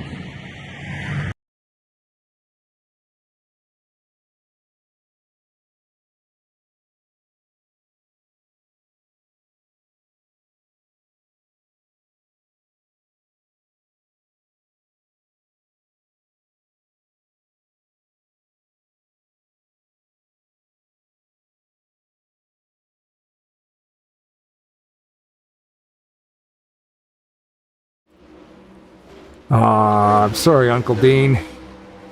Played that way too late. Gentlemen, yeah, start your engines on lap 61. Yeah. Sorry, Ben. Sorry, Uncle Dean. It's the technical issues that you had lately. Just every time last week, we had to try to get things squared away, and unfortunately, we had everything working good, and then you redid it all. So, well, you know what it trying to is get the too? bugs It's go. always the smallest stuff. Like if I never said anything, nobody would even notice. Yeah. But I'm a perfectionist, right? And it's like, you know, people pay for these races, and it's like I feel bad. I mean, I should just keep it quiet and behind the scenes and fix it next time. Like, oh yeah, so the broadcast is running in 30 frames per second. Did anybody even really notice that except for me? Probably not. I didn't. I'm looking at a different screen. I just can't blank over there to see. Yeah, you're like, yeah, there's the race. There it is on YouTube. Cool, right? Nobody sees it's in 60 frames. I was wondering why YouTube was yelling at me. Because on my stream, it says, you know, stream's current bit rate is 6,000 kilobits per second. It's too high. It's not too high. I run 8,000. Well, now I know why it's too high. It's because it doesn't, you know, it doesn't need to be that high because it's only running in 30. But anyway, Top technical five. stuff. Keith Hughes is now back in the lead. He did get back around Michael Norman. PV's still in third. I was just going to read out the top five there. You got Noah Hart there in fifth. Fourth is Josh Mercurio. You got some drivers pitting. They just pitted. Oh, we've got smoke there. Who's that? PV is in Somebody 34, I think. looked like Austin LaPlante might have kicked up some smoke there, but he got a hold of it. We've had some people pitting. That's why that's kind of going on. The green flag pit stops happening. Yeah, But and people- currently, yeah, the ticker software, it'll take a couple laps to catch up now because there's going to be a lot of jostling going on here. What Oh, you're, Jorge Pachon getting out of the way there. whew. Number two there, Young, is having a little bit of internet connection issues. A little bit. Was kind of three wide by himself there for a minute. Seems like it's straightened itself out. Three a little wide bit. by himself. Sweeping across the whole track. Yep. Yeah, he'll be going, that's Dylan Young. He'll be going about 5 laps down right there because the leader just passed him. Michael Norman and Keith Hughes having a good fight up here for 1 and 2. PV's still back there in third, but Norman's going to have to find a way to get around the number 2, Dylan Young. I mean, Dylan doesn't have to yield, but what's the flag that they get? Is it blue? Blue flag with a yellow stripe through it is a passing flag. So that's like heads up, the leaders are coming. Yeah. Yeah. Um, Now, is that a stand? Like, if he gets out there and he's just running this line, that's fine. The leaders have to figure out how to get around him. Right. It depends on the leagues too. Certain leagues have different rules, but standard rule of thumb is you do not have to keep to the leaders. You know, No. if you don't want to, but it's basically telling you that they are coming up behind you. Like where my racing, when we race the go-karts, if you're about to get lapped, you will get that flag, and their standard rule there is you go to the high side and you stay there. The there's a race director that's in our ear, and he will tell us, Oh, Norman just got rear-ended, slowing down, going to the pits, I think. And I think he might have cut a tire. I wonder that's how that's going to affect, because I think there's some people that had not pitted yet, had they. Just trying to see how that, So that's an issue there, because he got hit, and now his tires look like they're flat on the front. I believe that's probably what caused the impact, is because he was not able to steer the car as aggressively as he needed to, I think. And now I'm wondering too, because he was hit where he was hit, he ended up pitting on the wrong side of the commitment cone. So I'm assuming he's going to end up getting a black flag for an unsafe pit entry, because he was pushed to the outside of the commitment cone, so he had to go around it to the right. If the caution came out, that's only end along this line. If it was still under green, have to do either a stop and go, or it depends on how how it all comes out to play. But yellow flag is just end along this line.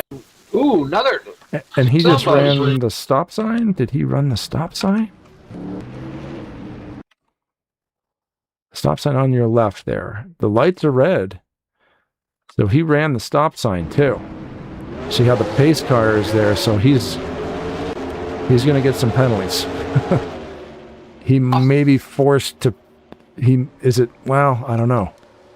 Would it be longest line if you got two in the same round? That's close. That was really, really close. So, I mean, it depends. I saw that on the replay of the broadcast. It almost looks like he, just barely made it in time. Well, I was looking at the animation on the official.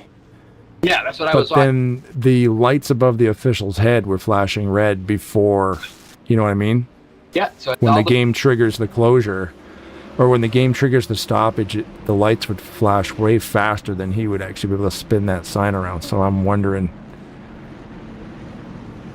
Noah Hart being shown black. So now I'm just, because of the caution fell where it did, it was a little bit some confusion on to what, where, when, who. Looks like Josh Mercurio. Nope, he is going to end up second. Jack Merkel is your leader right now. Yeah, and Hart's being shown a black flag, so he's going to have to. Oh no, it's been cleared. It was reporting black flag on the 83 of Noah Hart in that Dairy Queen Camry. He is currently in the second position, so everything's kind of jockeyed around a little bit with all that stuff that was going on. So right now, we have Jack Merkel in the lead. We've got... Where's Neto going? Is Neto a lap down? Yes, Sidney Neto is a lap down. Okay. Just trying to figure out. From Brazil. So Noah Hart second, Josh Mercurio third. Michael Norman somehow managed to go in and have that issue, came out in the fourth position. There is Pablo Vitor and Rodrigo, 43 of Rodrigo, up front as we get ready to go back green. Tate Dorsey and then RJ Bishop behind them. I wonder why Neto went to... Start. Someone did not either miss the shift or something there. Don't know. Yellow's back out. Kind of something around RJ Bishop. I think somebody in front of him might have missed the shift. RJ got in the back of him when he did that, slowed him down. It almost kind of looked like there was just an accordion effect, just from somebody missing a shift. Rodrigo spun the tires. I think it was Allison Rodrigo. Yeah, looks like somebody up there spun the tires because there's a puff of white smoke. Michael Norman didn't get going. Rodrigo got in the back of him. RJ Bishop got in the back of him, and that kind of spun RJ around. Then he just kind of went across in front of a few other cars and got clipped. It was Norman that spun the tires, and that caused a little bit of stack up. Rodrigo, the 91, avoiding that, but that caused a stack up. Yeah, that's RJ in the 91. Just barely, too, man. Before this caution comes to, gets everything squared away, we only got 16 cars on the lead lap right now. I just noticed something. I didn't realize that Josh 2 was out there tonight. Yeah, I was looking at his pit box, Josh's eggs. Oh, okay. I was just saying, I just noticed this car out there, and I'd been kind of bouncing through the field, and I guess at first I've noticed that it was out there tonight.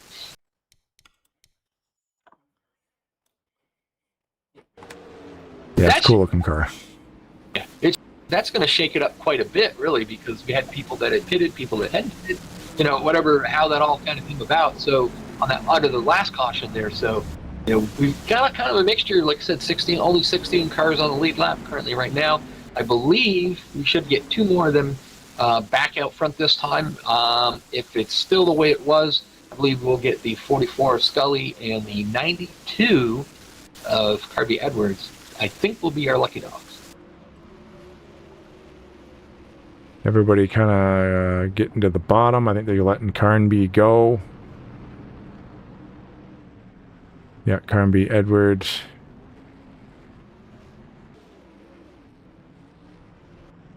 My wannabe go-kart driver there, Gunther. I like the looks of that car. It's black and purple. I just something about it. It's just a kind of a cool look. It's very cool, yeah. Yeah. Power sponsored Dodge Dart. It's just a sharp looking rig. I'm not painting my car purple. The other car is purple, so that's getting changed for this year too. And Nick was able to make his way through the field because he was way back there at the start of the race, and now he's currently sitting in 9th.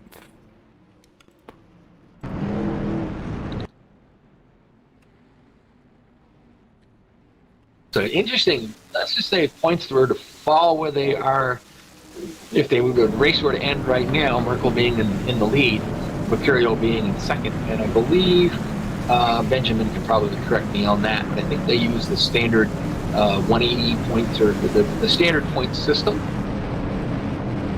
So yes. That's I think that'll be close enough to be pretty close to a tie up front if it were to end where it was right now. Mercurial was trying to get out of front of Barney to get away from Jack Merkel. He had a good battle last year, but just Jack had a great year, even starting qualifying or running in the back at the beginning of the race. He still was able to come up through the pack pretty good. It's out on the pace car. You want to go full blast on this one? Sure, let's do it. Let's do it.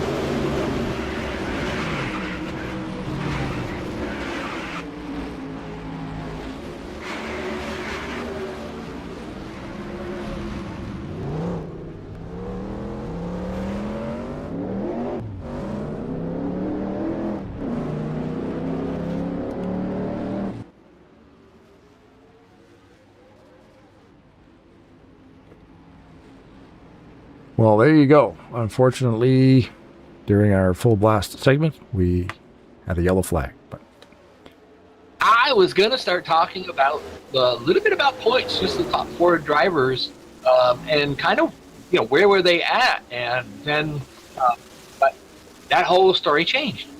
Because Jack Merkel out front, Jesse Sandoval back there in 3rd, your 4th place guy, and then Josh Mercurio and Pablo Vitor, they were right up there as well. They decided to stop and take 4 tires. That changed it up quite a bit, but I think it's a smart move. I'm not really sure where the fuel mileage is tonight. Let me look. We're about probably 33 laps. So they should be able to, from here, make it. I think that's a pretty good, laps to go. I think that's kind of a smart move. well, and with, yeah, I mean, and you've got, and again, Merkel up front again, like out of nowhere, kind of picking his way around through the field, and then when it's go time, here we are, 20 to go, and that 24 car is in the front row, right next to the 6 of Tate Dorsey. Allison Rodrigo, Yolesi Sandoval, Keith Hughes, Mike Norman, RJ Bishop and Nick Gunther, Matt Scully and Joshua Mercurio, your top 10. Jarrett Gravois, Noah Hart, Jonathan Peavy, Paulo Vitor, Theo Torres, Jorge Pachon, Christian Torres, and Carnby Edward are your top 18, and they are all on the lead lap. You take Mercurio, comes out in 4th. Pablo Vitor back there in 14th on fresh tires. And the rest of the guys in front of them are, I don't know how many laps we went for the last time they pitted, but we've seen before. It's tires make a big difference. Pace car makes the trip down pit road. Tate Dorsey, as you said, on point with Jack Merkel. Jack Merkel's on point. He took the outside. Yeah, so Vitor in the 99 right there, the one to watch with the new rubber, the 44. Scully. Yeah. That thing did not want to go. He might be short of gear. If he doesn't have 2nd or 3rd, he may have had to quick shift and didn't do it quick enough. Yeah, and you're still not going to be where you need to be. But smart move, right? Move down out of the way and let everybody go around you and hopefully get into top gear. Absolutely. Watching Mercurio right here, he gets to the line. He's made up 2 positions already. He's doing it all on the high side too. But starting to go to the bottom, kind of go where they're not, and to make a move on Leslie Sandoval and Keith Hughes there. I think this is, if this thing goes green from here on out, I think it was a very smart move. Cautions come out. It depends on how many laps we get in, how much tire wear they have. They may all come in and take tires, but right now, if it goes green from here on out, I think Mercurio and Pablo Vitor, Pablo in 3rd, they get probably the best shot. As long as they can get through this traffic right now, it's kind of a roadblock in front of them. Yeah, a lot of cars tonight, man. 40 cars start the race. Full house here at Las Vegas. Like, those are Talladega numbers. This is pretty wild. It's a popular league. Maverick Cup Series. If you want to join it, link in the description below. Facebook page. Jonathan PV! Oh no, look out, Mercurio! Jesse Sandoval, Alex Rodrigo there, off into the fence. He got 3 wide. Jonathan PV went down below the line there. And I just think it caused, I believe it was Rodrigo in the middle, caused him to move up I think it was Sandoval in the middle, caused him to move up just enough, which hit Rodrigo and kind of put him into the fence there a little bit, but I think we're on a caution cooldown. Must be, yep. The green is still out. That's why we're focused on the leaders here. Norman just ducked below the 6, looking for 2nd position from Dorsey. Might have given up 3rd position to Hughes. Got to him on the outside. These are your leaders. Merkel in that green and yellow. In 1st position, but man, all these guys are wanting every bit of this racetrack to themselves. There's not a lot of room out there. This is crazy though. They're not touching each other. That's the thing. They're close, but they're not bouncing off each other. saw Dorsey hit the wall and he actually turned forward there just a little bit. I thought that was going to hurt him. It didn't really seem to slow him down that much. He was still able to make a good move. He was on the bottom of him there. Oh, man. Oh, no, they just... They're rubbing now. Peavy up the middle. Bump draft from Mercurio? Like, oh, he could have almost bump drafted him. That's crazy. Mercurio was just using the, no, I'm not putting it in there like that. No. Not a wide enough track for that nonsense. Yeah.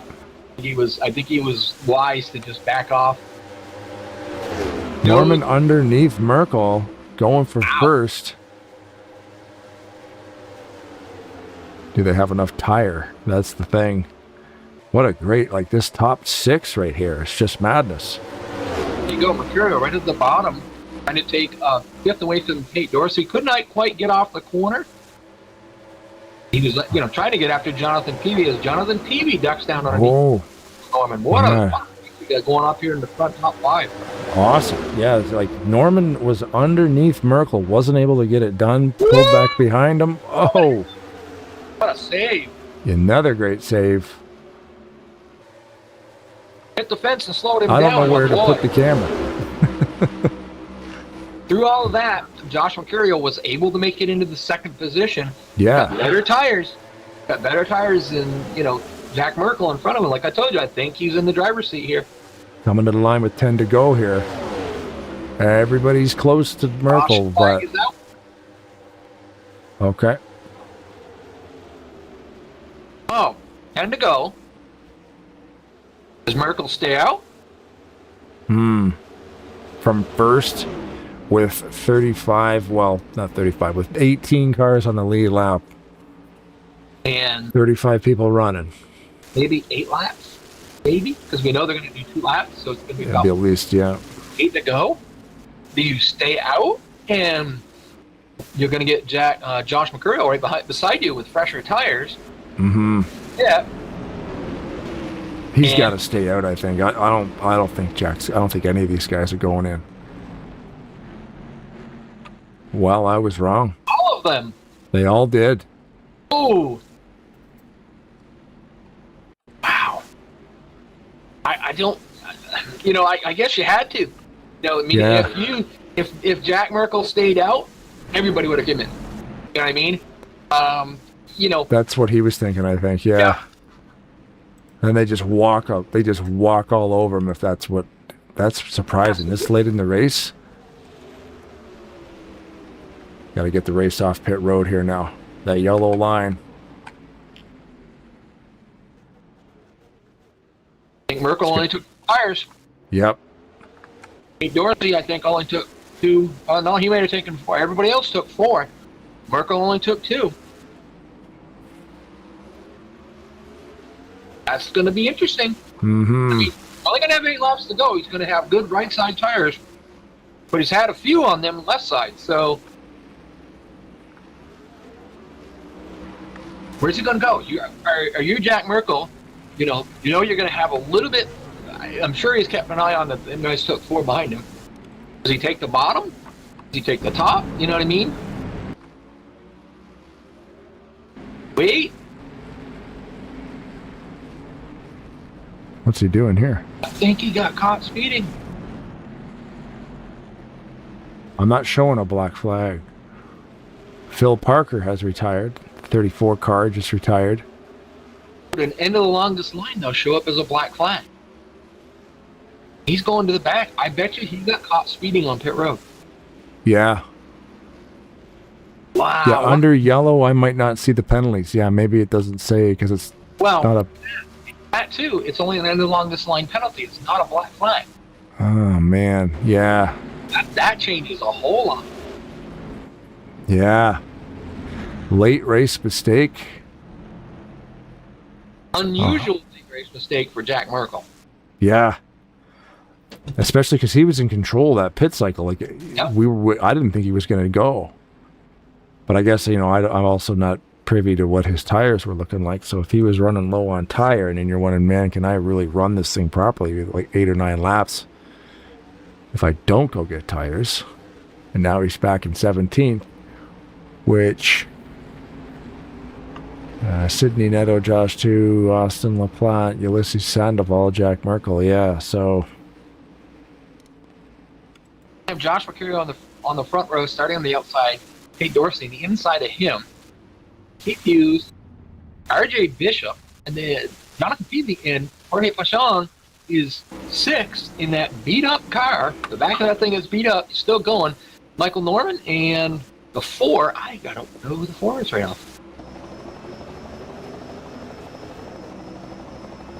That's Christian Torres. Okay. Christian Torres, yeah. Is he up there? Oh, he's on the lead lap again. Yeah, he's right up there. So Yeah. interesting to see. I think Mercurio should, with the newer tires, get off this corner pretty good. Oh, everybody around him took tires too, so he's hanging tough up there. He's got a little bit of damage on that right side. That might be what's killing him, really. Just he don't have the arrow that he needs. He was right on the back bumper. Mercurio there is just trying to keep him. Whoa! Mercurio sailed. I mean, now we know tires are not going to be a problem. He was sailing that thing through the corner. He was actually drifting. Yeah. Like in practice, I was seeing these guys. Yeah, like you said, they were driving them so hard in practice, where they looked like they were sliding. Them tires aren't gonna. You're never gonna use them again, and you only got to run them for 8 laps. Whoa! Whoa! Whoa! Ow. Lap car, and we're at a point of no return right here. I don't believe the yellow will come out because within 5, they don't pull yellow here. Within 5. Who was that lap car? That was Scully, I believe. I think Matt Scully in the 44 is being shown a black flag. Yellow is up. Okay. Because with 6 to go, so that It was kind of almost. Yep. Yeah, we weren't on the 5th. We were on the 6th lap. Right. That was close. Very close. So now. How do you? I don't think anybody's in the front. Now you got to go back and think about it for a minute. If you are, say you are Tate Dorsey. No, that's not Tate Dorsey. That's R.J. Bishop, is it? 70. Hours. All right, now you're there. The pit. So like, okay, so Tate Dorsey is going to be the first one. He's going to come down pit road and get fresh tires. Is he going to be able to? You know, not going to be enough for him to get back up there. Yeah, you wonder if there's enough time, because that's the thing. We're going green with like 2 to go. They're gonna do like a green-white checker almost, and Jack Merkel was able to, in that short period of time, was able to make his way all the way up to 9th position. Wow. Ulysses Sandoval, you know, he's up there.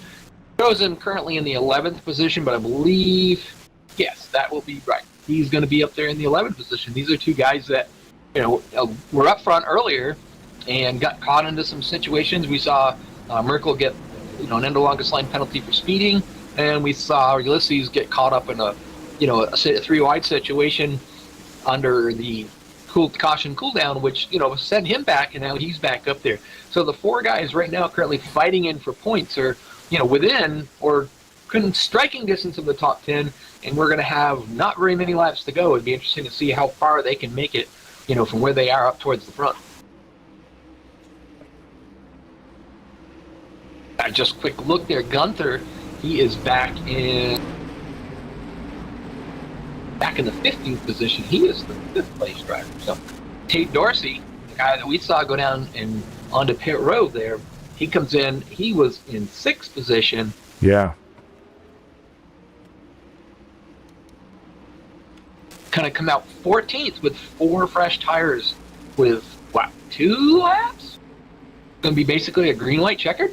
Oh, man. Yeah, and there will not be another yellow flag. So the only flag that'll end this race will be the checkered flag. It's like we said, within 5 laps of the checkered, Maverick does not throw a yellow. So even if there is a wreck, you're going to have to find your way through it, because they will not stop this race until they take the checker. I think maybe Tate had got a longest line penalty because he is actually working his way towards the back. Maybe not. I don't know. Now he's going back up for where his position was, so it's hard to say. Right. So yeah, Theo Torres in the 70. Right next to Jorge Pachon. These cars are on the lead lap. Alison Rodrigo. Paulo Vitor. And we got Noah Hart, Keith Hughes, Josh Mercurio, and the pace car. Jonathan Peavy. I don't think we're going to get a green-white checker. I think we're going to get a green-white together. No, wait. I don't know. This is lap 99 starting right here. Right. So we're going to get... You're going to get a green-white checker. Yep, green-white checker. Yep. Yep. What a start Peavy got on the bottom. Yeah, no kidding. And Noah helped him out a lot. He gave him a real good push. Pulls right up in front of Mercurio there, so to try to block that momentum that he's done. Every driver's been getting off that high side. Gets right up there to make sure that they can't use that momentum. Yeah. Noah gave him the big push to the front. Now Noah's getting fed to the back. Like, not to the back, but he lost a couple of feet there. He's able to hold fourth, maybe even third coming across the line. There's your white. Jonathan Peavy currently right now out there in the front. Two Cadillacs. Two teammates. Only two Cadillacs in the field being chased down by that one sole Honda. Christian Torres goes around the back straightaway. There's a wreck back there.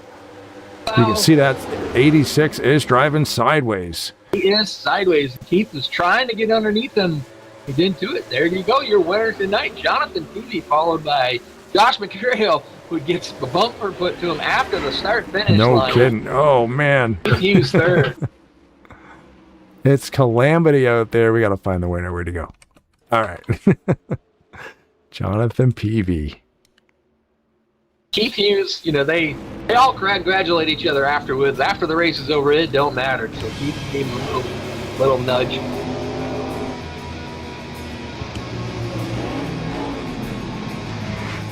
That means we get to see, we get to see Peavy do some burnouts, but Ulysses started him on his donuts a little early. Yeah. All right, Peavy, show us what that Cadillac can do. I don't know. Peavy must not win that many. He's not got the burnout. There we go. It might be the setup, too. Sometimes the gearing's not right. You can't get the tires to break. And I was trying to give him a hard time saying, he doesn't get a chance to do this very often. So,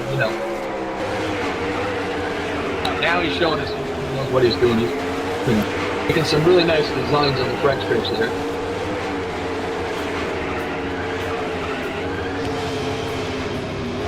He just wanted to show that he still had quite a bit of tires left.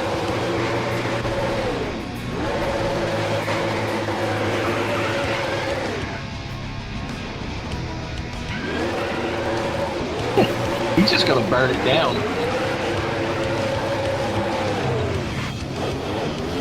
Got to keep the landscapers in business. Yeah, that's for sure.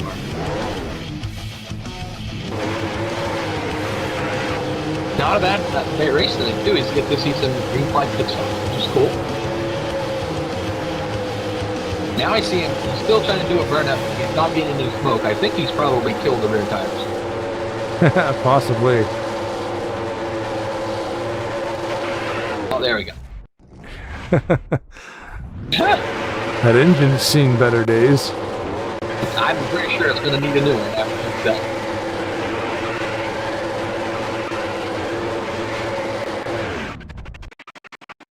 Well, let's see if we can get interviews up here.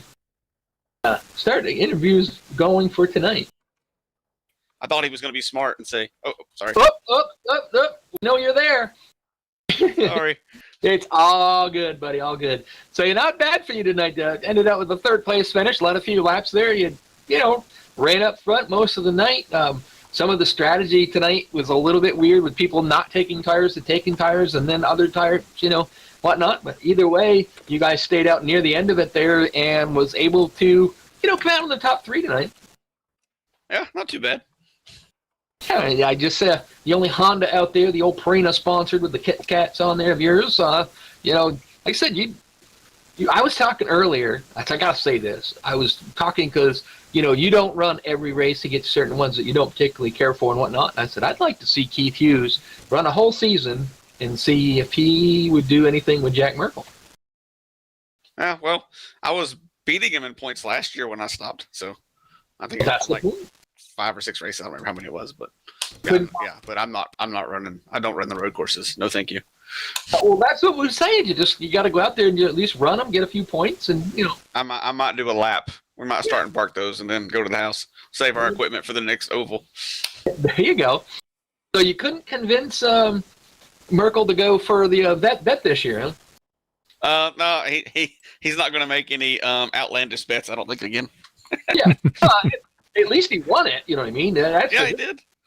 How would you top that though? How would you? That was a pretty outlandish bet. Like, look, man, if you don't win, you got to quit the league. Like, that's how do you top that? He's the one that said it, and I was like, okay. Like, Right. I think he was a little under the influence, but I held him to it anyway. Like, you don't make bad decisions even if you're under the influence. It's a learning lesson for the kids watching. There you go. That's pretty cool. So yeah, but like I said, all in all, I'd like to see you run every one just to go out there and compete with these guys. You do well. I mean, you win usually at least 1 or 2 a year. Yet to do that this year, but Yeah, second and third, and missed the first race, and we'd probably won that one. Like I would have won Daytona. I'll just say that. I'll count it. You did. I just lock it. I lock that one in usually. Yeah, you did. Give somebody else a chance. Hey, Blaine, you got any questions for Keith? Yeah, I mean, I was just saying that, trying to navigate through that, some of those wrecks was insane. There was a couple of real big ones, man. Like, the damage on some of these cars, even though they're running moderate damage, looked pretty severe, but you were able to find your way through it all, so. Yeah, I mean, we got tangled up with that slow car. He almost hit Josh. Then I thought he was going to go high to give us the room, and he just didn't clear up. And kind of checked up and caused the issue there. But, yeah, I wish he wouldn't have done that. Been so slow, I thought he was going to get out of the way. But because me and Josh were going to have a good battle, I think, right there at the end, that we just didn't have time. And then Davey got a great start there at the end and was able to get around track position. But like I said, very important. And we almost had a really good race there if we could have had that whole run under green. Because everybody was pitting right on the line to make it on tires and fuel. Like, that was when the green flags were stopping. Like, people might have had to pit again. Like, that'd have been fun to see how people stretch that. Yeah, we see that, like, few of the guys pitted, and was in the back, but we knew they were going to come forward, and some of the guys that kind of stayed out. We were kind of guessing about that. Some people may not be able to make it, but the caution helped them. Yep, that's Maverick sometimes. It just, we got green flag stops. A lot of leagues don't get that with even shorter races. And a lot less fields. We had 40 people show up and got one, at least semi-green flag stop in. So, I think, a successful night. Yeah. And what was the draw to have knockout qualifying at Las Vegas? Like, it's a cool track, but that's kind of like super speedway numbers. People always show up in droves to Daytona and Talladega, but it's pretty crazy to get almost 50 guys showing up to Vegas. They're out here pressing their luck, I guess. They could maybe strike it rich once, and we see Peavy do that tonight. Yes, he did. So, all right, buddy. Well, congratulations on your third place finish. I think you should still race every race this season. Go see what you can do with them boys. But you got to do what you got to do. So we're going to give you a chance to thank anybody and anybody you would like to. The floor is yours. Yeah, I got a left-hand only wheel. It doesn't turn right. Sorry. Okay. We don't do that at this house. That's illegal. But yeah, I would thank everybody for coming out, and thank y'all for putting on the show. Thanks my family for letting me race, and thanks for my cats for giving me some good luck on the car. Kind of keep them safe out there and try to keep them clean, and we don't usually get too much damage. Sometimes we get unlucky, like at Rockingham last week, but it happens. Or 2 weeks ago, I should say. But again, thank y'all, and we'll see y'all next time. The only thing I got to say is, you say that your wheel doesn't turn right, you would never be able to run my open setup at Indy. Indy's almost as bad as road course to me, so nothing off my chest there. So my open setup at Indy, you go down into turn one, you start just start to turn left, and then you turn right. Yeah. And you Nice. No, thank you. literally turn the whole corner. No, thank you. We do lefts only. Sorry. Yes, I know. Well, congratulations on your third place finish tonight. You know, and Matt, like I said, get out there. Let's see, get a champion. Don't let these guys walk away from you. So, congratulations on tonight. All right, thank you. Thanks, Keith.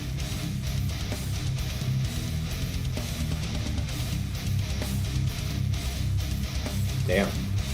Say, does this guy? He's got a mic tonight. Yeah, I'm here.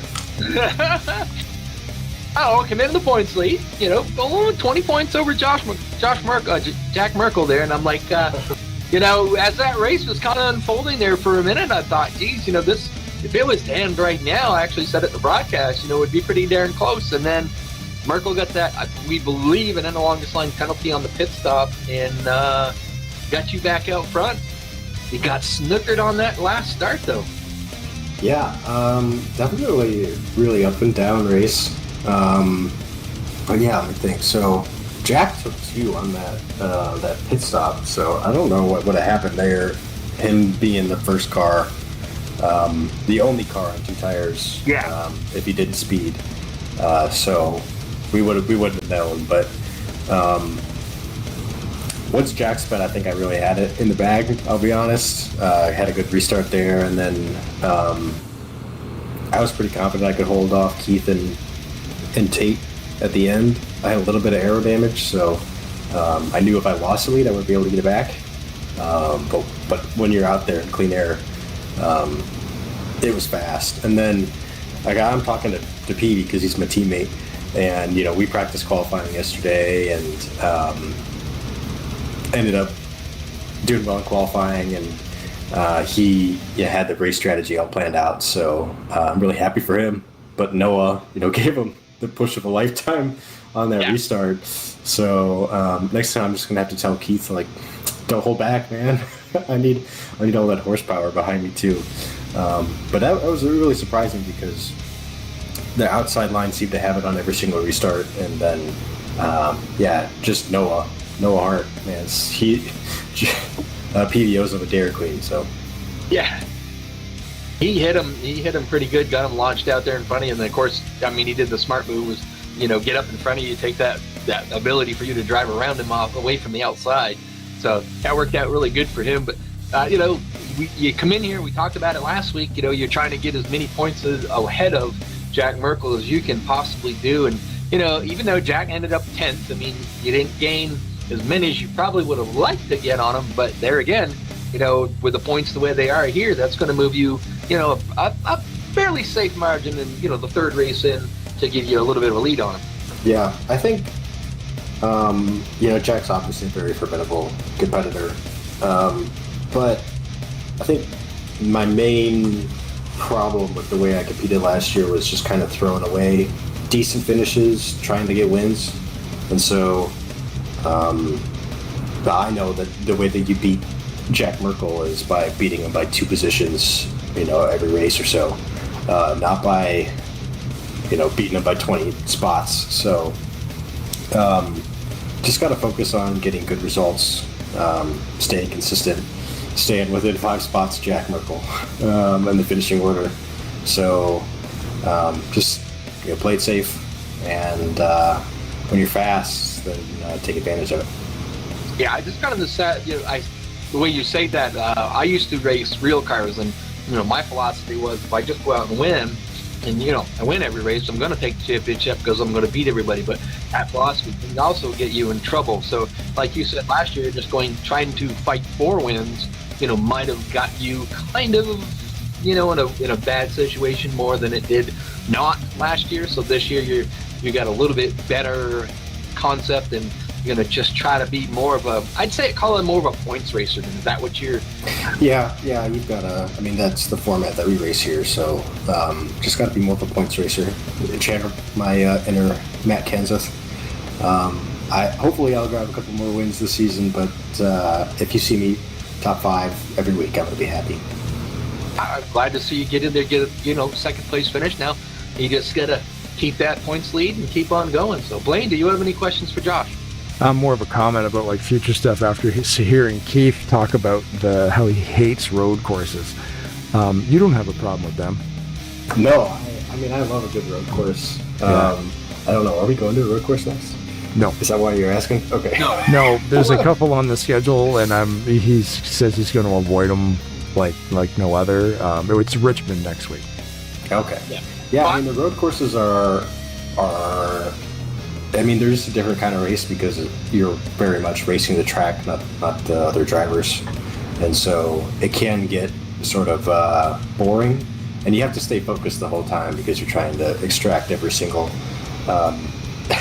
second out of that track. So it's definitely just a different discipline.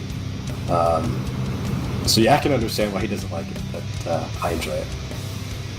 What is referring to there is I asked Keith, I said, kind of, if you really think about it, like last year you and Jack Merkel were the kind of the cream of the crop. You guys had a pretty decent points lead over the rest of the field by the time we got through the 24 race season. That's a long time.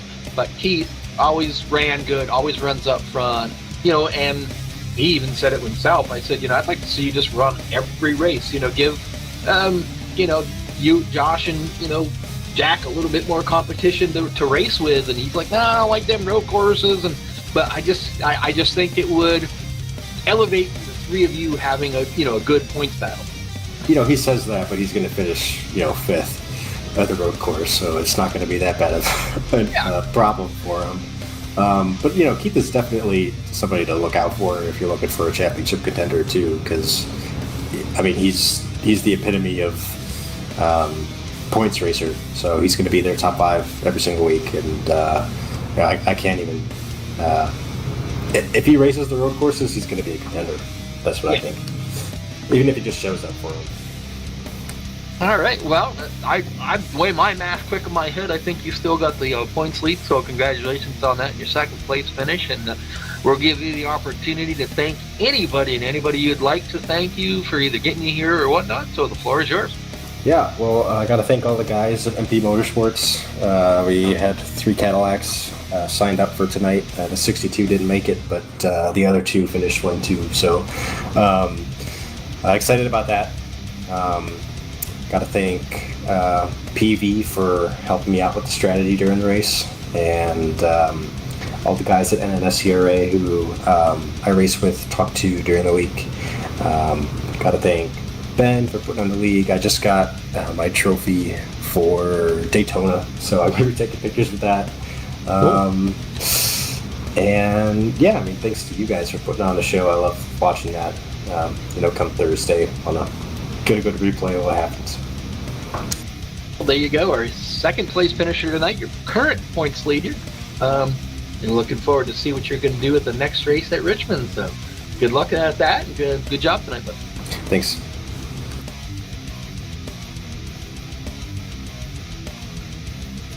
All right, Jonathan, you got Rod and Blaine in the booth. You got a copy? Yes, sir. Driver of the number 2. Wait a minute. No, number 8 this year. You switched from 2 to 8 this year. What is the reasoning behind that? Is my first question. Well, no real reasoning. I prefer the 8 car. 2 is what was available last year. Somebody already had the 8. But I just prefer the 8 car. Favorite driver back in the early 2000s. You can imagine who. But yeah, no real reason. See, the way to look at it, there's 2 ways of looking at that. Your favorite Cup driver or your favorite Busch driver? Yes, he was both. I know, but I'm a Truex fan. That's why I said that. I don't mind either one of them. I liked Truex and I liked Junior. Same here. I did until he went to the dark side. Yeah, well, once he joined the Toyota fleet, then he was dead to me. Them cheap Yoders. I love the loyalty. Say it's like, look it. Well, you're done. I think he went to the backside because he went over to Hendrick, and I'm sorry, I've just never been a Hendrick Motorsports fan. So. Oh, you're talking about Junior? Yeah. Oh, well, I see. I was never a Hendrick fan either, but I was more of a Dale Jr. fan than I was a Hendrick hater, so I just kind of stuck with it. Well, it also makes sense too. That was the smartest, probably one of the smarter moves he'd ever made in his career too. Yeah. No, the smartest move that he could have made in his career was not getting rid of Tony Jr., but that's a different story. Absolutely. So I don't have my GNL TV working yet, so Blaine would have to tell me this, but I think you led a couple laps earlier maybe, and you really got a great start on that last restart, and big push by Hart, and got out front. You did the smart thing. You just, you kept, Josh behind you, and a little bit there on the start. And once you got out in front in that clean air, you were just kind of sailing away from him. Yeah, I didn't actually lead any laps until the last two. I thought. I wasn't sure. Yep. No, I never led a lap until the last two. I was second and third and fourth, and I was all the way up there the whole time. I got trapped a lap down on the yellow with the green flag pit stop. I was coming off of pit road whenever the yellow came out, but I got the lucky dog and was able to get back around there. I escaped death. I don't know how many times that race. I saw a few of those. I had a few of them where I escaped death, and I was terrified for my life at a couple of those wrecks. Some of them were pretty nuts, man. Like, especially the last 10, 20 laps we were watching, just like the top 10. Like, you guys were going for it. It was an awesome finish. Even like the last 5 laps, you guys were not leaving any room for anybody. Using the wall, using the cars beside you, like there was definitely some paint being traded. And that's sketchy when you're doing it on a 26-year-old game or a 23-year-old game. It can be. There were a few moments there were 3 different moments where I thought I was going to die for sure. When the 81 got together with somebody coming off of turn 4 at like lap 40, and then they clipped old Kevin at Anthony McCurry. They clipped him, and all I saw was McCurry's car fill my rearview mirror as he flipped. Ooh, wow. And then going 3 wide underneath Ulysses and Rodrigo, I thought that I bumped Ulysses coming up, and so I honestly thought that I was gonna have to take a black flag on that one, but reviewed it and I never touched him. And then coming whenever Keith and Tate got together and the seas parted, and I was like, well, the middle's wide open, why not? I see that. Did that a couple of times. Some good 3 wide moves to get past it. I had fresh tires. That was the thing, is you had to keep fresh tires on. If you had more than 5 laps, you had to keep fresh tires on. Yeah, we saw that early on where some people did not pit, some people did pit. The tire difference was big. Yep. Even like at the end, there were a couple of people that took 2 tires, and I was like, nope, I can't do it. I learned that lesson at Dover last year, where I won because I took 4 tires coming with like 10 laps to go. And then I almost won at Kansas, where I took 4 tires with like 6 laps to go and finished 3rd or 4th. And then the race tonight, it was just, you had to have fresh tires. If you didn't have fresh tires, you were going to the back. So you're coming into the ninth in points, 90 points away from Josh Mercurio. This is going to really bump you up there, probably really close to the top 5, maybe even higher than that. Just depends on how the rest of the field kind of finished. Jack Merkel and Ulysses Sandoval. Sandoval was 9th, Jack Merkel 10th. That's a help for you there. Obviously, Josh Mercurio right behind you. You didn't gain much on him. And Pablo Vitor is in 7th. So all your championship guys, right there around you. This will get you up there now. Is it too early to think, I'm going to be able to be a contender for this championship? Or do we just say, nope, we're just going to keep running them out and we'll let it fall and we'll figure it out? I mean, I just plan to keep on running it out. I don't plan to let anybody have it. I'm gonna try to take it if I can, but I had a rough start with the first two races. I finished 8th at Daytona or 9th at Daytona, and then the next two races were pretty bad, or the next race was pretty bad. So I haven't gotten very many points at the start. I got absolutely destroyed at Rockingham. I got flipped like 3 times at Rockingham. So I think I finished like 18th or 19th or something of that nature at Rockingham, and so that was absolutely horrible. But I think if I can avoid them and can stay out of trouble, then I'll be a contender. It's just a matter of staying out of trouble. Say you led only 2 laps. That's the only 2 laps you've led so far this season. So, heck of a race. So, Blaine, do you have any questions for Jonathan Peavy? Not really. I mean, Richmond next week. Are you a fan of that thing? No, I hate Richmond. Oh, come Yeah, well, on. that answers that question. I hate Richmond. I am decent enough at Richmond to probably run in the top 10, but other than that, I do not expect to contend for the win at Richmond because there's something about Richmond that I just do not like. Hey, every man, other short track, I love every other short track on the schedule. Richmond, there's just something about it. Yeah, I'm thinking too, though, if 40 people show up and you can get a top 10, that's a ton of points. Yeah, no, it is. It's just a matter of, again, staying out of trouble, because Richmond is one of those where there's not a lot of room to avoid trouble if it starts.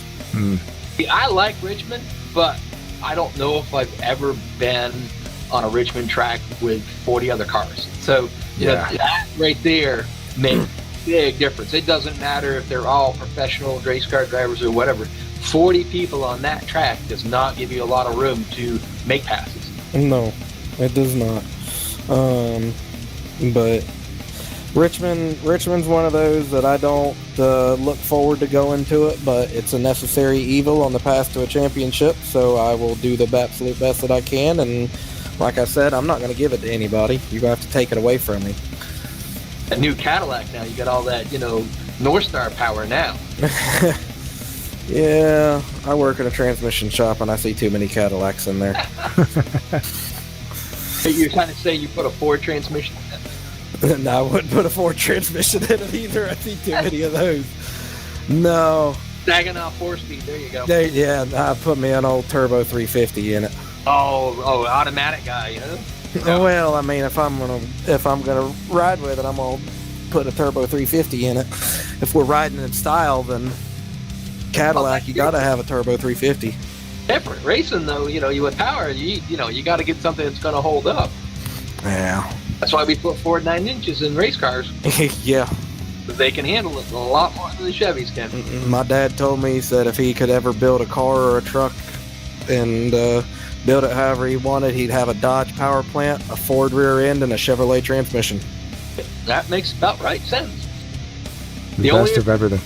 The only advantage that Chevy has when it comes to the wonderful world of racing is the interchangeable parts. Because a Ford 305 and a Ford 351, nothing matches. No. Nothing. Dodges are the same way, but you go out there are a few things that transfer back and forth. But a Chevy is a Chevy is a Chevy, when the old early small block Chevy era, Yep.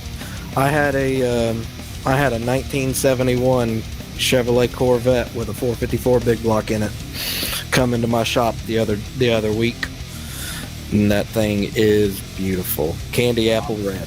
Nice. All right, buddy. Well, congratulations on your win. Looking forward to see where that puts you up into the championship for next year. I know that's not a concern of yours, but I'd like to see how far you can go with that. But I appreciate you that. I'll give you the opportunity to thank anybody, and anybody would like to thank for getting you here or whatnot. So the floor is yours.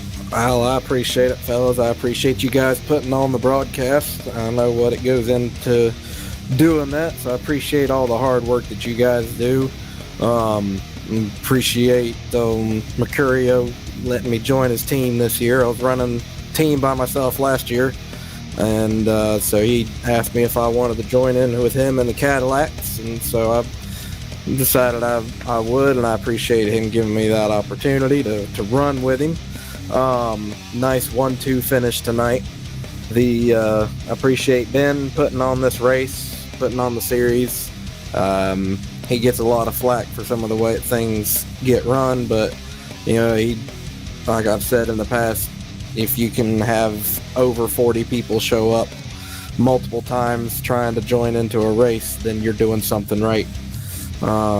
And so I appreciate everything that he did. I do want to give a shout out to the sponsor of the race. I know this was a special race to Ben, with it being, I believe it was his aunt. It was in memorial of his aunt. So just do want to kind of give a shout out to Ben and Mark as we think about their family with having to go through a time of remembrance with Miss Robin there.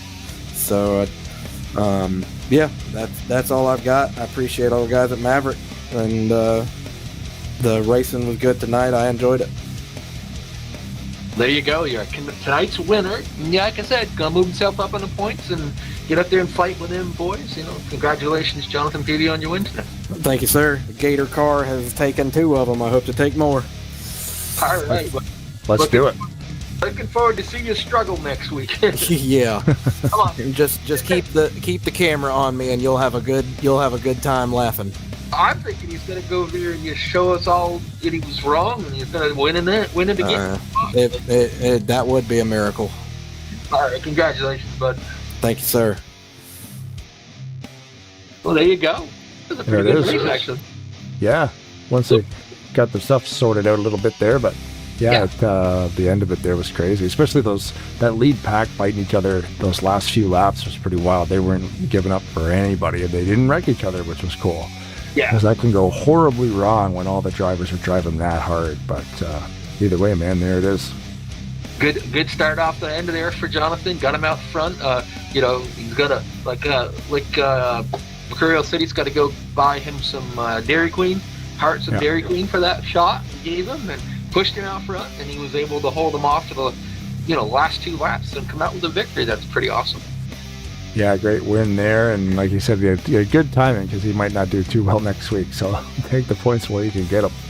Absolutely, yeah. Well, because he's not good, but you never know. It's like tonight. He ran. A lot of it was just different strategy. Got out through there, made it through cars because he had the newer tires. And then we saw that new tires were everything tonight, so it worked out pretty good for him. Yeah, as you can see there, next week we are heading to Richmond. The week after that, Dover, Talladega, and then the first race in May will be at Mexico City. That'll be cool. Yeah. Leaving the United States and going to Mexico City. That's a road course, I would assume. And is it? Yes. I don't know if it is. It is, okay. It is. So that'll be that'll be a lot of fun. I've never seen it, so that'll be cool.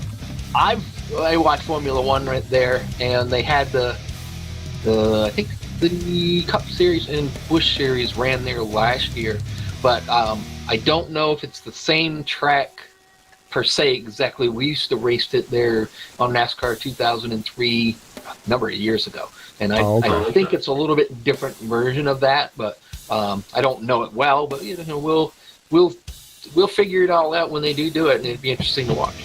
Yeah, and it's sometimes those courses, they all have like different configurations. They can shut sections off, but yeah, cool. Well, you know what? Thanks everybody again for watching. A couple hundred views tonight. All the live interaction on the YouTube channel is always nice to see. And of course, no more new subscribers. Subscribers yet, but we'll work on it. We'll get there. Yep.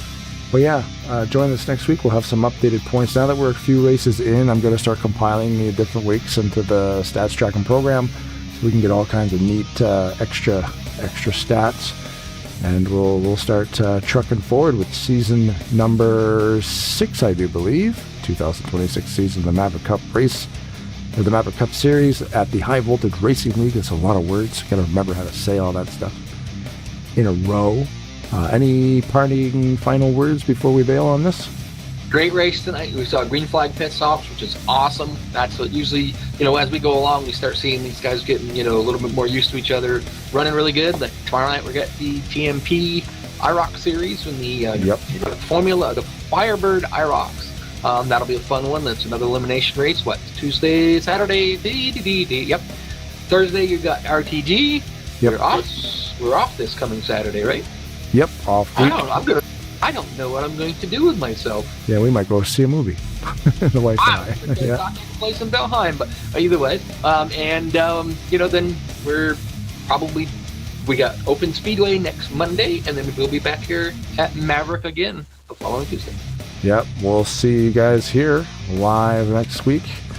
And if you want to join us tomorrow, just subscribe to the channel. We'll be live at TMP, doing what we do over there at the IROC Championship Series there too. So yeah, lots going on Tarnation TV. We thank everybody for watching, interacting, subscribing, doing what they do. And of course to the leagues, you got Benjamin Snyder running this thing with all his boys. And it's a big league. A lot of people showed up tonight. Full house here at Las Vegas. Couldn't ask for a better turnout.